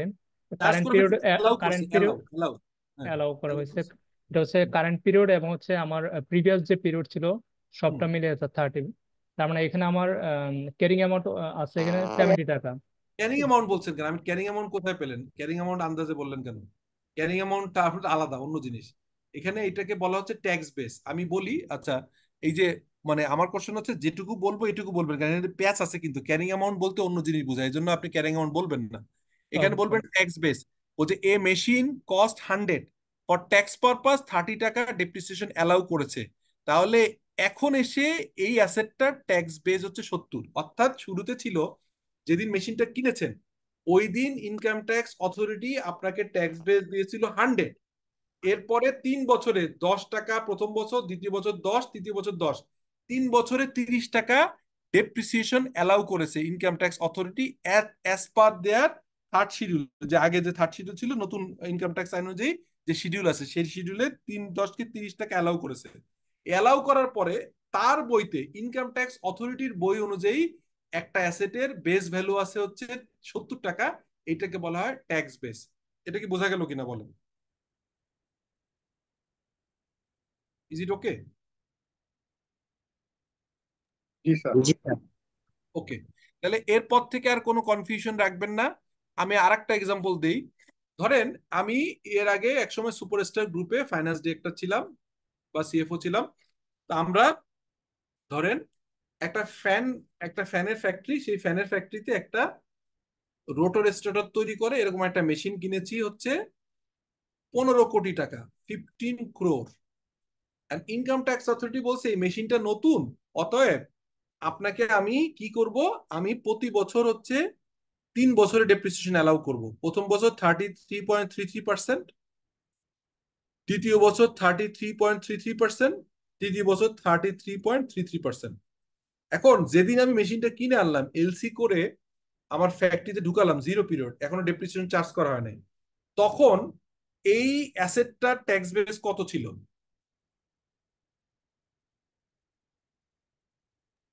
ফুল 100 টাকা, মানে যেই দামে 100। কিনছি ফুলটাই ছিল কত 100 টাকা টাকা। কিনেছিলাম বলেছি, অ্যামাউন্টটা কত বলেছি বলেন? 15 কোটি টাকা। তাহলে 0 পিরিয়ডে ট্যাক্স বেস কত? 15 কোটি টাকা স্যার। আচ্ছা আচ্ছা, প্রথম বছর শেষে ট্যাক্স বেস কত? 15 কোটি টাকা 33% বাদ যাবে, বাদ মানে দিয়ে তিন যেটা ভাগের এক ভাগ, 3 ভাগের 15 কোটি টাকা 3 ভাগের 1 ভাগ কত? 12 কোটি 15 কোটি টাকা 3 ভাগের 1 ভাগ কত? 5 কোটি টাকা। 5 কোটি স্যার, কোটি 5 কোটি। তাহলে প্রথম বছর শেষে ট্যাক্স বেস কত হবে? 10 কোটি টাকা। 10 কোটি স্যার। এটা সবাই ক্লিয়ার? জি স্যার। সিম্পল। আমি একটা মেশিন কিনেছি, যে মেশিনটার নাম 15 কোটি টাকা। ইনকাম ট্যাক্স অথরিটি, যেহেতু নতুন মেশিন, ক্যাপিটাল মেশিনের ক্ষেত্রে এক্সেলারেটেড ডেপ্রিসিয়েশন নামে একটা নিয়ম আছে, সেটা অ্যালাউ করে। এই অ্যালাউ করবার কারণে ইনকাম ট্যাক্স অথরিটি বলছে যে ভাই, আপনি একটা কাজ করেন, অনেক টাকা দিয়ে মেশিন কিনে ফেলছেন, প্রথম বছরগুলোর বেশি ডেপ্রিসিয়েশন নিয়ে নেন, এতে করে আপনার বেশি অ্যালাউবল খরচ দেখাইতে পারবেন, ফলে ট্যাক্স কম দিতে পারবেন, আপনি 3 বছরে দেখাই নিতে পারবেন। 3 বছরে দেখায় প্রথম বছরে আপনি 5 কোটি টাকা ডেপ্রিসিয়েশন চার্জ করে ফেললেন। যেহেতু প্রথম বছর শেষে 15 কোটি টাকা ছিল হিস্ট্রিক্যাল কস্ট অথবা আপনার পারচেস প্রাইস, তার থেকে ইনকাম ট্যাক্স অথরিটি অ্যালাউ করেছে 5 কোটি টাকা as a allowable depreciation. So এই 5 কোটি টাকা বাদ দিয়ে প্রথম বছর শেষে এইটার ট্যাক্স বেস হচ্ছে 10 কোটি টাকা। দ্বিতীয় বছর শেষে এইটার ট্যাক্স বেস 5 কোটি টাকা। তৃতীয় বছর শেষে tax base 0। Is it okay or not? Okay sir. Okay sir. Okay. তাহলে এরপর থেকে আর কোনোদিনই এই ট্যাক্স বেসটা ভুলবেন না, এটা ভুললে আর লাভ হবে না। এত কষ্ট করে প্রত্যেকটা জিনিস অ ক খ র মতো বুঝাই দিচ্ছি, তাহলে সমস্যা হবে। এখন আপনি প্রথমটা বলেন, এখানে প্রথমটা দেখে আপনারা বলেন যে এ মেশিন কস্ট 10,000 টাকা, হ্যাজ এ ক্যারিং ভ্যালু 8,000 টাকা। ক্যারিং ভ্যালু মানে কি প্রথম বলেন? Sir book value sir. Carrying value হচ্ছে আপনার বইতে, এটাকে অনেকগুলো বলে, একটু লিখে রাখেন। ক্যারিং ভ্যালু ইকুয়াল টু হচ্ছে বুক ভ্যালু, ইকুয়াল টু হচ্ছে রিটেন ডাউন ভ্যালু। যে কোনো নামই বলেন, যখন আপনার অ্যাকাউন্টসে আপনার যে হিসাব কিতাব, সেটাকে আমরা 3টা নামে বলি। যে টাকায় কিনেছি 10 কোটি টাকা, 10,000 টাকা, তার থেকে 2,000 টাকা ডেপ্রিসিয়েশন চার্জ করবার পরে আমার বুকস অফ অ্যাকাউন্টস যে রেকর্ড আছে, সেটাকে আমি 3টা নামে বলতে পারি, ক্যারিং ভ্যালু, বুক ভ্যালু অথবা রিটেন ডাউন ভ্যালু, একই নাম। সেটা হচ্ছে কত? 8,000 টাকা। মেশিন কস্ট 10,000 টাকা, হ্যাজ এ ক্যারিং অ্যামাউন্ট 8,000 টাকা। ফর ট্যাক্স পারপাস, depreciation 3,000 টাকা has already been deducted in the current and prior period. The remaining cost will be deducted in future, either as depreciation or দেও। এখন আপনি বলেন এটা tax base কত, accounting base কত, tax base কত বলেন এই এখনকার? ট্যাক্স হ্যাঁ, বেস স্যার 7,000। আর accounting base 8,000। Fantastic, thank you. Clear? এটা ক্লিয়ার হলে কোনো অসুবিধা নেই, ঠিক আছে? এটা নিয়ে কোনো কারো ডাউট আছে বলেন? না স্যার, কোনো ডাউট। ওকে, এবার আসেন 2 number, interest receivable. Interest receivable carrying value হচ্ছে 1,000 টাকা। Related interest revenue will be tax on cash. আচ্ছা, এইখানে একটা প্যাচ আছে, আপনাদেরকে এইভাবে বুঝাইলে আরো সহজভাবে বুঝাই দিই, আপনাদেরকে সহজ করে দিচ্ছি। আমি এইখানে আপনাকে একটু দাঁড়ান, আজকে আর বেশি পড়াবো না, আমি সাধারণত 1 ঘন্টা পরে একটু বেশি হয়ে গেল, আমি নেক্সট দিনে এটা টানতে হবে, কারণ এটা এত ইম্পর্টেন্ট আইস যে এটা আপনি তাড়াহুড়ো করলে চলবে না। আপনাদের নেক্সট দুজনের ক্লাসে আমি একসাথে আগামী এই দিনেই, আগামী সোমবারে একই দিনে জারিফ, স্যার জারিফ আপনি একটু কষ্ট করে সবাইকে কালকে আপনার কলিগদেরকে জানাবেন। সেটা হচ্ছে আমি এই দুইটা দুইটা শ্রেণীর ক্লাস নিচ্ছি। একটা হচ্ছে যারা হচ্ছে প্র্যাকটিক্যাল অ্যাকাউন্টিং শিখছে, তাদের জন্য এটা খুবই জরুরি।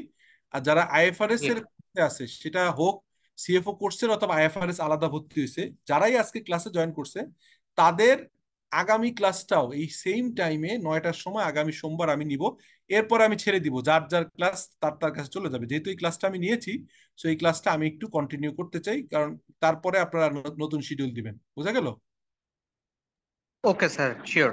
Thank you. অথবা যদি অন্য দিন অন্য ক্লাস কেউ নেও, কোনো অসুবিধা নেই। আমার আগামী দিনে এটা শেষ হবে, তাহলে জিনিসটা হবে কি, আইএস আইএস এর যে ক্লাসটা আমি নিচ্ছিলাম, এটা আমাদের মানে ওভারঅল যে আমি যে কথাগুলো আজকে বললাম, এটা তাদের জন্য সুবিধা হবে, আদারওয়াইজ একটু বুঝতে অসুবিধা হবে। এখন যদি অন্য টিচাররা অন্য ক্লাস নেয়, কোনো অসুবিধা নেই, বাট এইটা আর কেউ পড়াবে না, আমি পড়াবো এটা, IS-12টা, ঠিক আছে? Okay sir, thank okay, thank you. আচ্ছা, এখন আপনি আসেন, আমি আপনাদেরকে সহজভাবে বুঝিয়ে দিই একটু সুবিধা করবার জন্য। আমি এক্সেলে নিয়ে যাচ্ছি, সো দ্যাট আজকের পর থেকে আপনারা কোনো বুঝতে অসুবিধা না হয়। হ্যাঁ, আমি একটা এক্সেলে চলে গেছি, ওই কথাটা এখানে নিয়ে আসছি, খেয়াল করেন। সরি, একটু আচ্ছা, প্রথম হচ্ছে আমরা একটা জিনিস এখানে এনেছি, কি বলছি, ওইখানে যা ছিল কি এনেছি বলেন তো, বলেছি যে উম, খেয়াল করেন, ইন্টারেস্ট রিসিভেবল।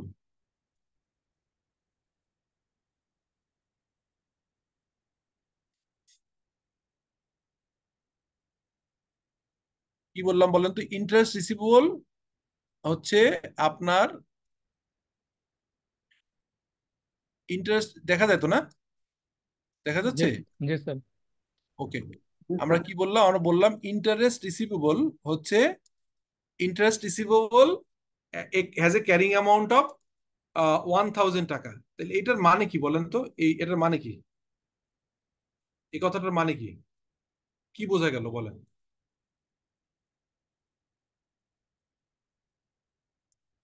অর্থাৎ স্যার আমার ইন্টারেস্ট রিসিভেবল, অর্থাৎ ইন্টারেস্ট আমি পাবো 1000 টাকা, যেটা এখন আমরা পাই নাই। আচ্ছা, the related interest revenue will B taxed on cash base, এর মানে কি? অর্থাৎ স্যার আমি যতটুকু রিয়েলাইজ করবো বা যতটুকু ইন্টারেস্ট আমি রিসিভ করবো, হুম, উম, ওইটা ট্যাক্স হবে আর কি স্যার, ওই অ্যামাউন্টটুকুই স্যার। উম, আচ্ছা, এখানে আসলে বুঝতে একটু অসুবিধা হবে আপনাদেরকে। ইনকাম ট্যাক্সের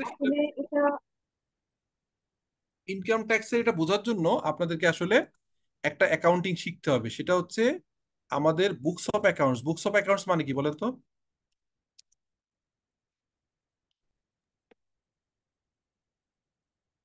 বুকস অফ অ্যাকাউন্টস মানে স্যার বুকস অফ অ্যাকাউন্টস হচ্ছে স্যার আমরা যে মানে কোম্পানি ফাইন্যান্সিয়াল অ্যাকাউন্টস।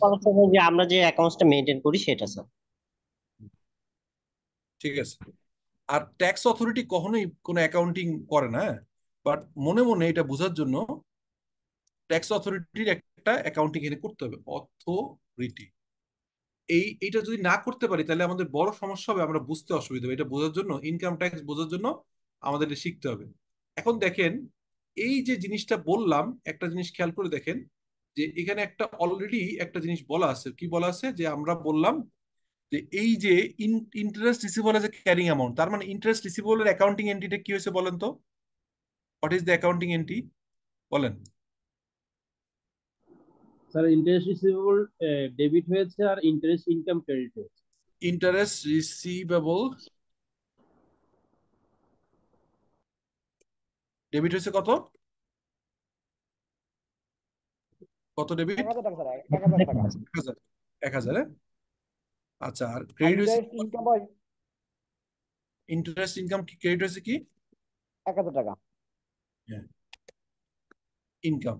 খুব মনোযোগ দিয়ে খেয়াল করেন, আমি খুব ইজি ভাবে বলছি, এটা ক্রেডিট হয়েছে কত, 1000,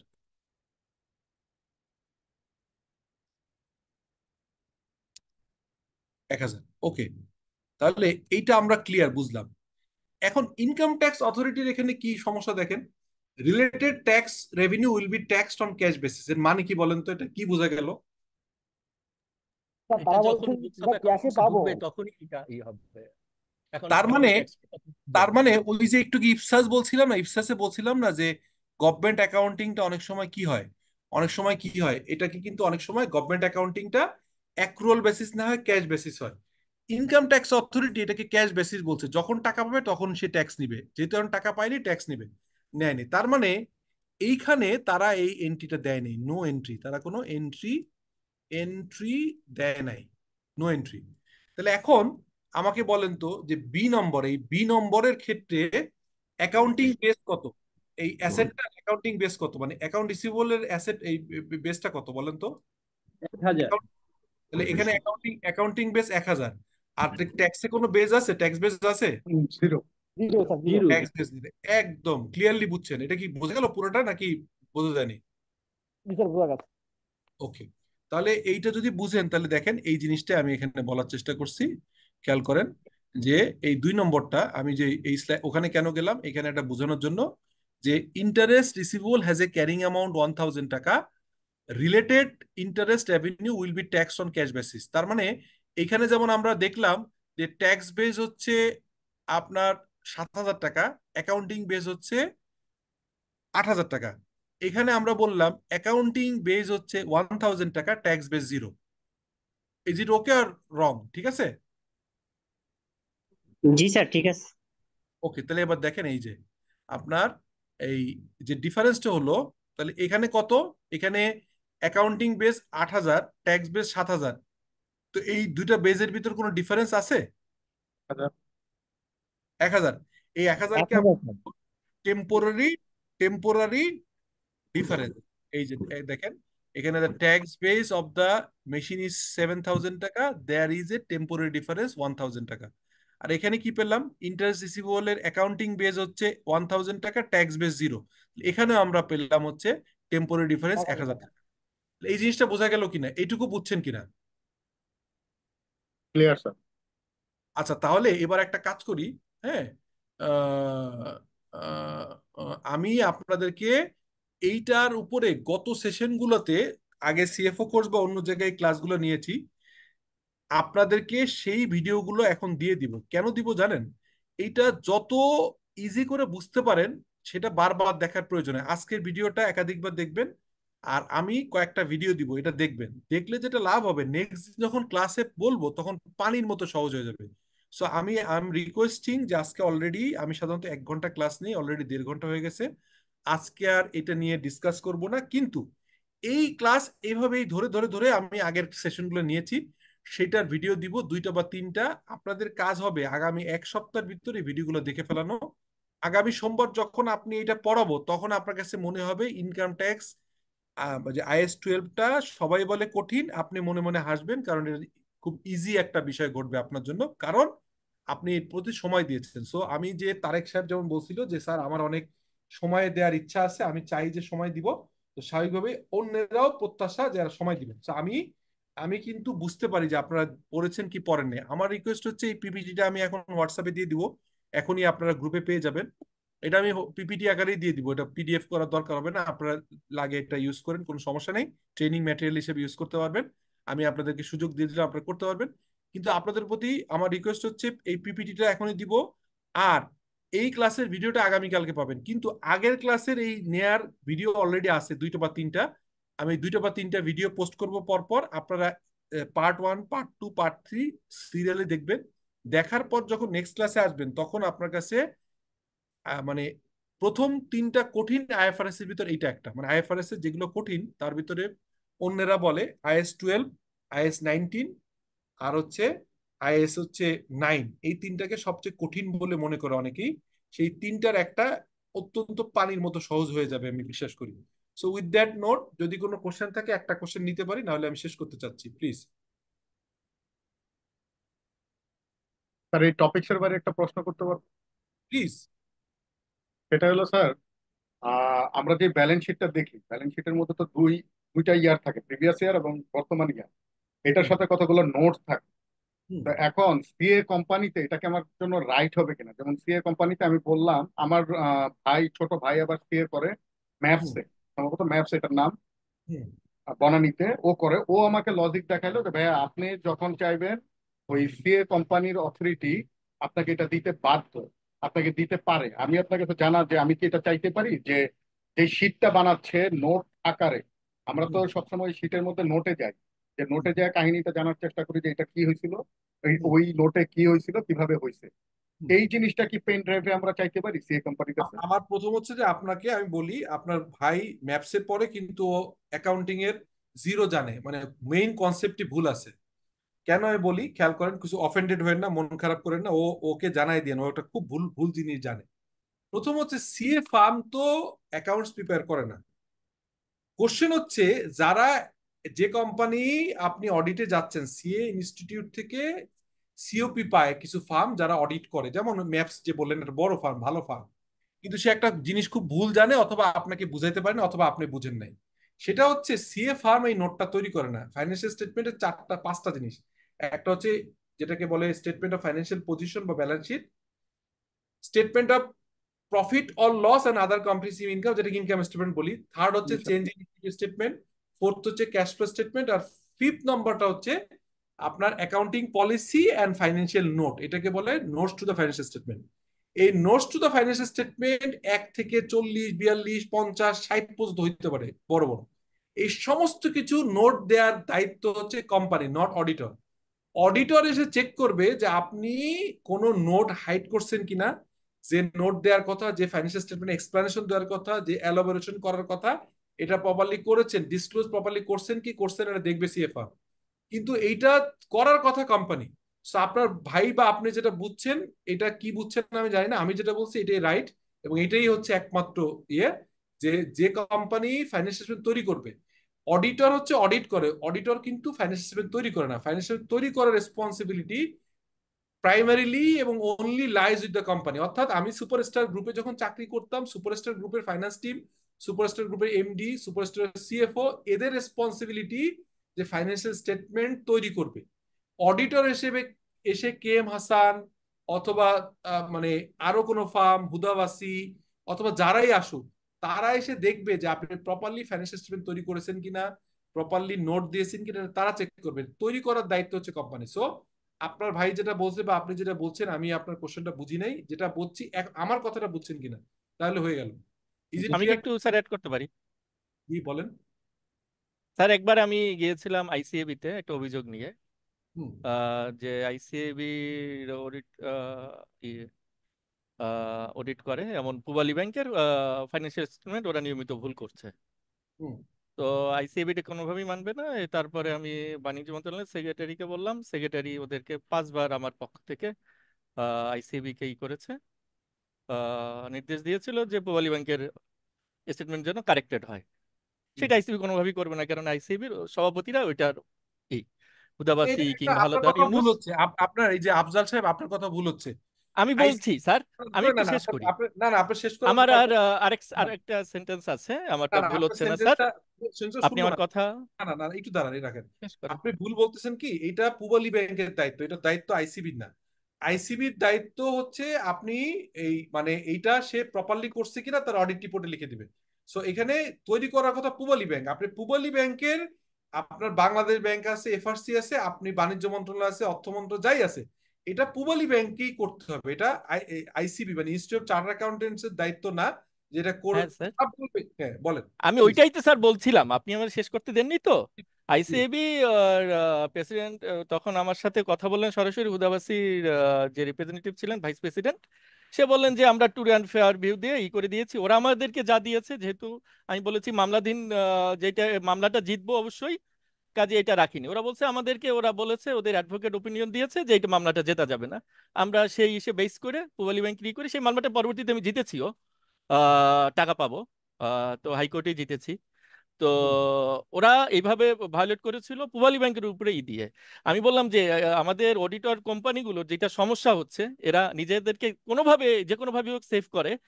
এটা আমি মনে করি একটা আনএথিক্যাল, না না, যে এটা ওরা এটা আমাদেরকে দিয়েছে বলে আমি ট্রু অ্যান্ড ফেয়ার ভিউ বলে না না আমি গা বাঁচালাম। না না, আপনার এটা এই যে আফজাল সাহেব যে কথাগুলো এখন বললেন না, এই কথাগুলো অত্যন্ত ইরেশনাল। আজকে লাস্ট টাইমে এখন বলার সুযোগ নাই। সেটা হচ্ছে যে অডিট হচ্ছে সেকেন্ডারি লেভেলে, আপনার কেউই প্রত্যাশা করতে পারে না একটা ফাইন্যান্সিয়াল স্টেটমেন্ট 100% অডিটর চেক করে বের করতে পারবে। অডিটরদের কিছু নর্মস আছে, সেটা হচ্ছে আইএসএ তে বলা আছে, এফআরসির গাইডলাইন বলা আছে, অডিটিং আপনার হচ্ছে আমাদের চার্টার্ডে বলা আছে, আমাদের অডিটিং গাইডলাইন বলা আছে, কতটুকু কি দেখবে দেখবে না এটা তাদের দায়িত্ব, তাদের রেসপন্সিবিলিটি, তাদের প্রফেশনাল কন্ডাক্ট হবে, মিসকন্ডাক্ট হবে কি কন্ডাক্ট হবে তারা বুঝবে। ফ্যাক্ট হচ্ছে যে কোনো ফাইন্যান্সিয়াল স্টেটমেন্ট যদি আপনার কোনো অভিযোগ থাকে, প্রাইমারিলি আপনি অর্গানাইজেশনকে জানাবেন, এবং এখনকার সুযোগ আছে যে তার রেগুলেটর কারা। যেমন আপনি হচ্ছে যে যদি কোনো ব্যাংক হয়, ব্যাংকের রেগুলেটর বাংলাদেশ ব্যাংক, ব্যাংকের রেগুলেটর হচ্ছে এফআরসি। এইসব জায়গায় প্রাইমারিলি বলতে হবে। অডিটর যদি কোনো নেগলিজেন্সি করে, আমি এই আপনার ডিটেইল কথাটা এই জন্য নিলাম না, কারণ আমি জিনিসটা জানি না, আপনি এখানে ঢালাও ভাবে ওই দুই জায়গায় তো গিয়েছিলাম। না না, একটু একটু একটু একটু আপনি কথা বলেন না, আপনি আমার কথাটা শুনেন তারপরে বুঝেন। এখন হচ্ছে যে যেহেতু আপনি পার্সিয়াল তথ্য বলছেন, আমি জিনিসটা জানি না, এই সম্পর্কে আমি কোনো কোশ্চেন এই মতো নিচ্ছি না, কিন্তু আমি যেটা বলার চেষ্টা করতেছি সেটা হচ্ছে যে আপনি যাবেন ওদের কাছে। অডিটর যদি কখনো কোনো কিছু প্রপারলি নেগলিজেন্সি হয়, তাহলে তার দেখার জন্য তাদের আবার ওভারসাইট বডি আছে, নট বাণিজ্য মন্ত্রণালয়। প্রাইমারিলি এফআরসি হচ্ছে ফাইন্যান্স মিনিস্ট্রির আগে আন্ডারে আরেকটা অথরিটি, যেটা হচ্ছে আপনার অডিটররা, আমাদের সিএ ফার্মগুলো হচ্ছে সিওপি দেয় ফর অডিট, কিন্তু আমরা আবার একই সঙ্গে সঙ্গে এফআরসি থেকেও আমাদের একটা এনলিস্টমেন্ট নিতে হয়, স্পেশালি পাবলিক ইন্টারেস্ট এন্টিটি হইলে। আর ব্যাংক তো কোনো কথাই নেই, bank automatically public interest entity, আবার হচ্ছে লিস্টেড কোম্পানি। সো আলটিমেটলি হচ্ছে কি যে এইটা যদি কোনো ব্যত্যয় ঘটে এটা দেখার জন্য এফআরসি আছে, এবং এফআরসি আবার হচ্ছে মিনিস্ট্রি অফ ফাইন্যান্সের আন্ডারে, আর আইসিবি হচ্ছে মিনিস্ট্রি অফ কমার্সের আন্ডারে। তো আপনার কোশ্চেন হচ্ছে যে আপনি তো অডিটর, পরে আপনার প্রাইমারিলি যেতে হবে বাংলাদেশ ব্যাংক, তারপর হচ্ছে ব্যাংকের বোর্ড, তারপর এফআরসি, অনেকগুলো জায়গায়। তো আপনি যেটা বলেছেন এটা আর রিপিট করার দরকার নেই, আমার কথা বুঝলেই হয়েছে। আমি এত সময় নেই যে আপনার প্রত্যেকটা ইস্যু দেখে আমি বলতে পারবো। আপনি যেটা আমার কথা বুঝছেন কিনা তাহলে হয়েছে, না না বুঝলে বলেন যে আমার কথা বুঝেন নাই। Is okay? আফজাল সাহেব, আমার কথা বুঝে গেছে? হ্যাঁ স্যার, আপনার কথা বুঝবো না কেন? আমি ওকে। বলছি যে অডিটর রেসপন্সিবিলিটির একটু অংশটা আমি একটু হাইলাইট করতে না না, চেয়েছিলাম। এটা আপনার কথা এটা সবাই এটা জানি স্যার। না আমি না, ডিএসসি তে গেছি, ওখান থেকে ভালো আবার আপনি রিপ্লাই পেয়েছি, আপনি এফআরসি তে গিয়েছি, বাংলাদেশ একটু ব্যাংকেও দাঁড়ান, গেছি। একটু দাঁড়ান আফজাল সাহেব, আপনি আবারও সে অন্য জায়গায় যাচ্ছেন। আপনি একটু জিনিস হ্যাঁ খেয়াল, স্যার, আমি যেটা বলছি এটা আপনার কথা বুঝছেন বুঝছি, কিনা। আপনার কথা দ্বিমত নেই স্যার, ব্যাস শেষ, আপনার ব্যাস কথা শেষ, দ্বিমত তাহলে নেই। তাহলে হ্যাঁ, তো দ্বিমত হচ্ছে, তো নেই স্যার। তাহলে তো শেষ, তাহলে তো আপনি ওকে, তাহলে তো আর ফার্দার বলার দরকার নেই। জি আমি স্যার। ভুল বলছি না, কারণ ক্লাসের দ্বারাই না আপনি স্যার। অন্য, শোনেন, আবার আপনি চুপ একটু থামেন। সেটা হচ্ছে যে আপনি, আমি যেটা বলছি এটা বুঝছেন কিনা, এখন আপনি কোন জায়গাতে কি কাহিনী বলছেন সেটা শুনে সেটা সম্পর্কে কোনো কমেন্টস আমি এই মুহূর্তে করবো না, কারণ আমি এটা জানি না। আপনি জানেন, আপনার ইস্যু নিয়ে আপনি থাকেন, বাট পাবলিক ফোরামে এসে আপনি এই সেশনে আমি যেটা বলছি এটা বুঝছেন কিনা, ইয়েস অর নো। যদি ইয়েস হয় তাহলে শেষ। Thank you. তা আমি এখন আর কোনো কোশ্চেন কেউ করবেন?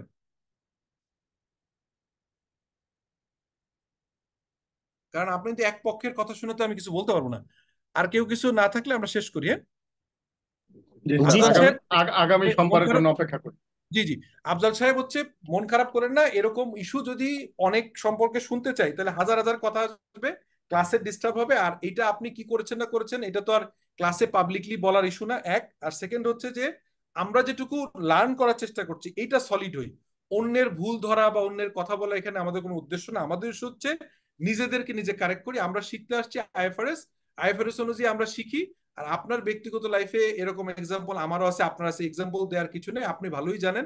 আমি যেটা বলছি সেটা যদি আপনি বুঝে থাকেন, একমত হয়ে যান, তাহলে আপনি হচ্ছে যে ওকে। আর আপনি যেটা বলার চেষ্টা করছেন এটা আপনার ব্যক্তিগত প্রত্যেকেরই থাকবে, আপনার বিভিন্ন রকম নেগলি, আমি অডিট করি, আমি কি একদম ফেরেস্তা হয়ে গেছি কিনা, আমার ভুল থাকতে পারে। যে অ্যাকাউন্টস প্রিপেয়ার করছে, আফজাল সাহেব কোথায় কাজ করছেন এখন আপনি, আফজাল হোসেন? আমি ওয়ার্ল্ড ব্যাংকের বিভিন্ন প্রজেক্টে ফাইন্যান্স স্পেশালিস্ট হিসেবে কাজ করি, কনসালটেন্ট। ভেরি গুড, কংগ্রাচুলেশন, খুব ভালো কাজ করছেন, হ্যাঁ। তো এটার সাথে পূবালী ব্যাংকের ইস্যুটা ছিল আপনার মনে ইয়ের থেকে, আপনার ওয়ার্ল্ড ব্যাংকের ফান্ডের ব্যাপারে নাকি কি কারণে না না, এত? আমার বাবার একটা ইস্যু ওয়ার্ল্ড ব্যাংকের সাথে। ওকে, সো ঠিক ঠিক আছে, থ্যাংক ইউ। আর এমনি যে কোনো ব্যাংকগুলো তো আসলে একটু সেন্সিটিভ, এখানে শুধুমাত্র এককভাবে বলা কঠিন। তো আর কোনো যদি কোশ্চেন না থাকে আমরা এখানে শেষ করি, হ্যাঁ? থ্যাংক ইউ, আসসালামু জি আলাইকুম। স্যার, জি ওই স্যার, জি স্যার। ক্লাসগুলোর জন্য অপেক্ষা। ঠিক আছে, থ্যাংক ওয়ালাইকুম ইউ। আসসালাম। জি, আসসালাম। আসসালামু আলাইকুম।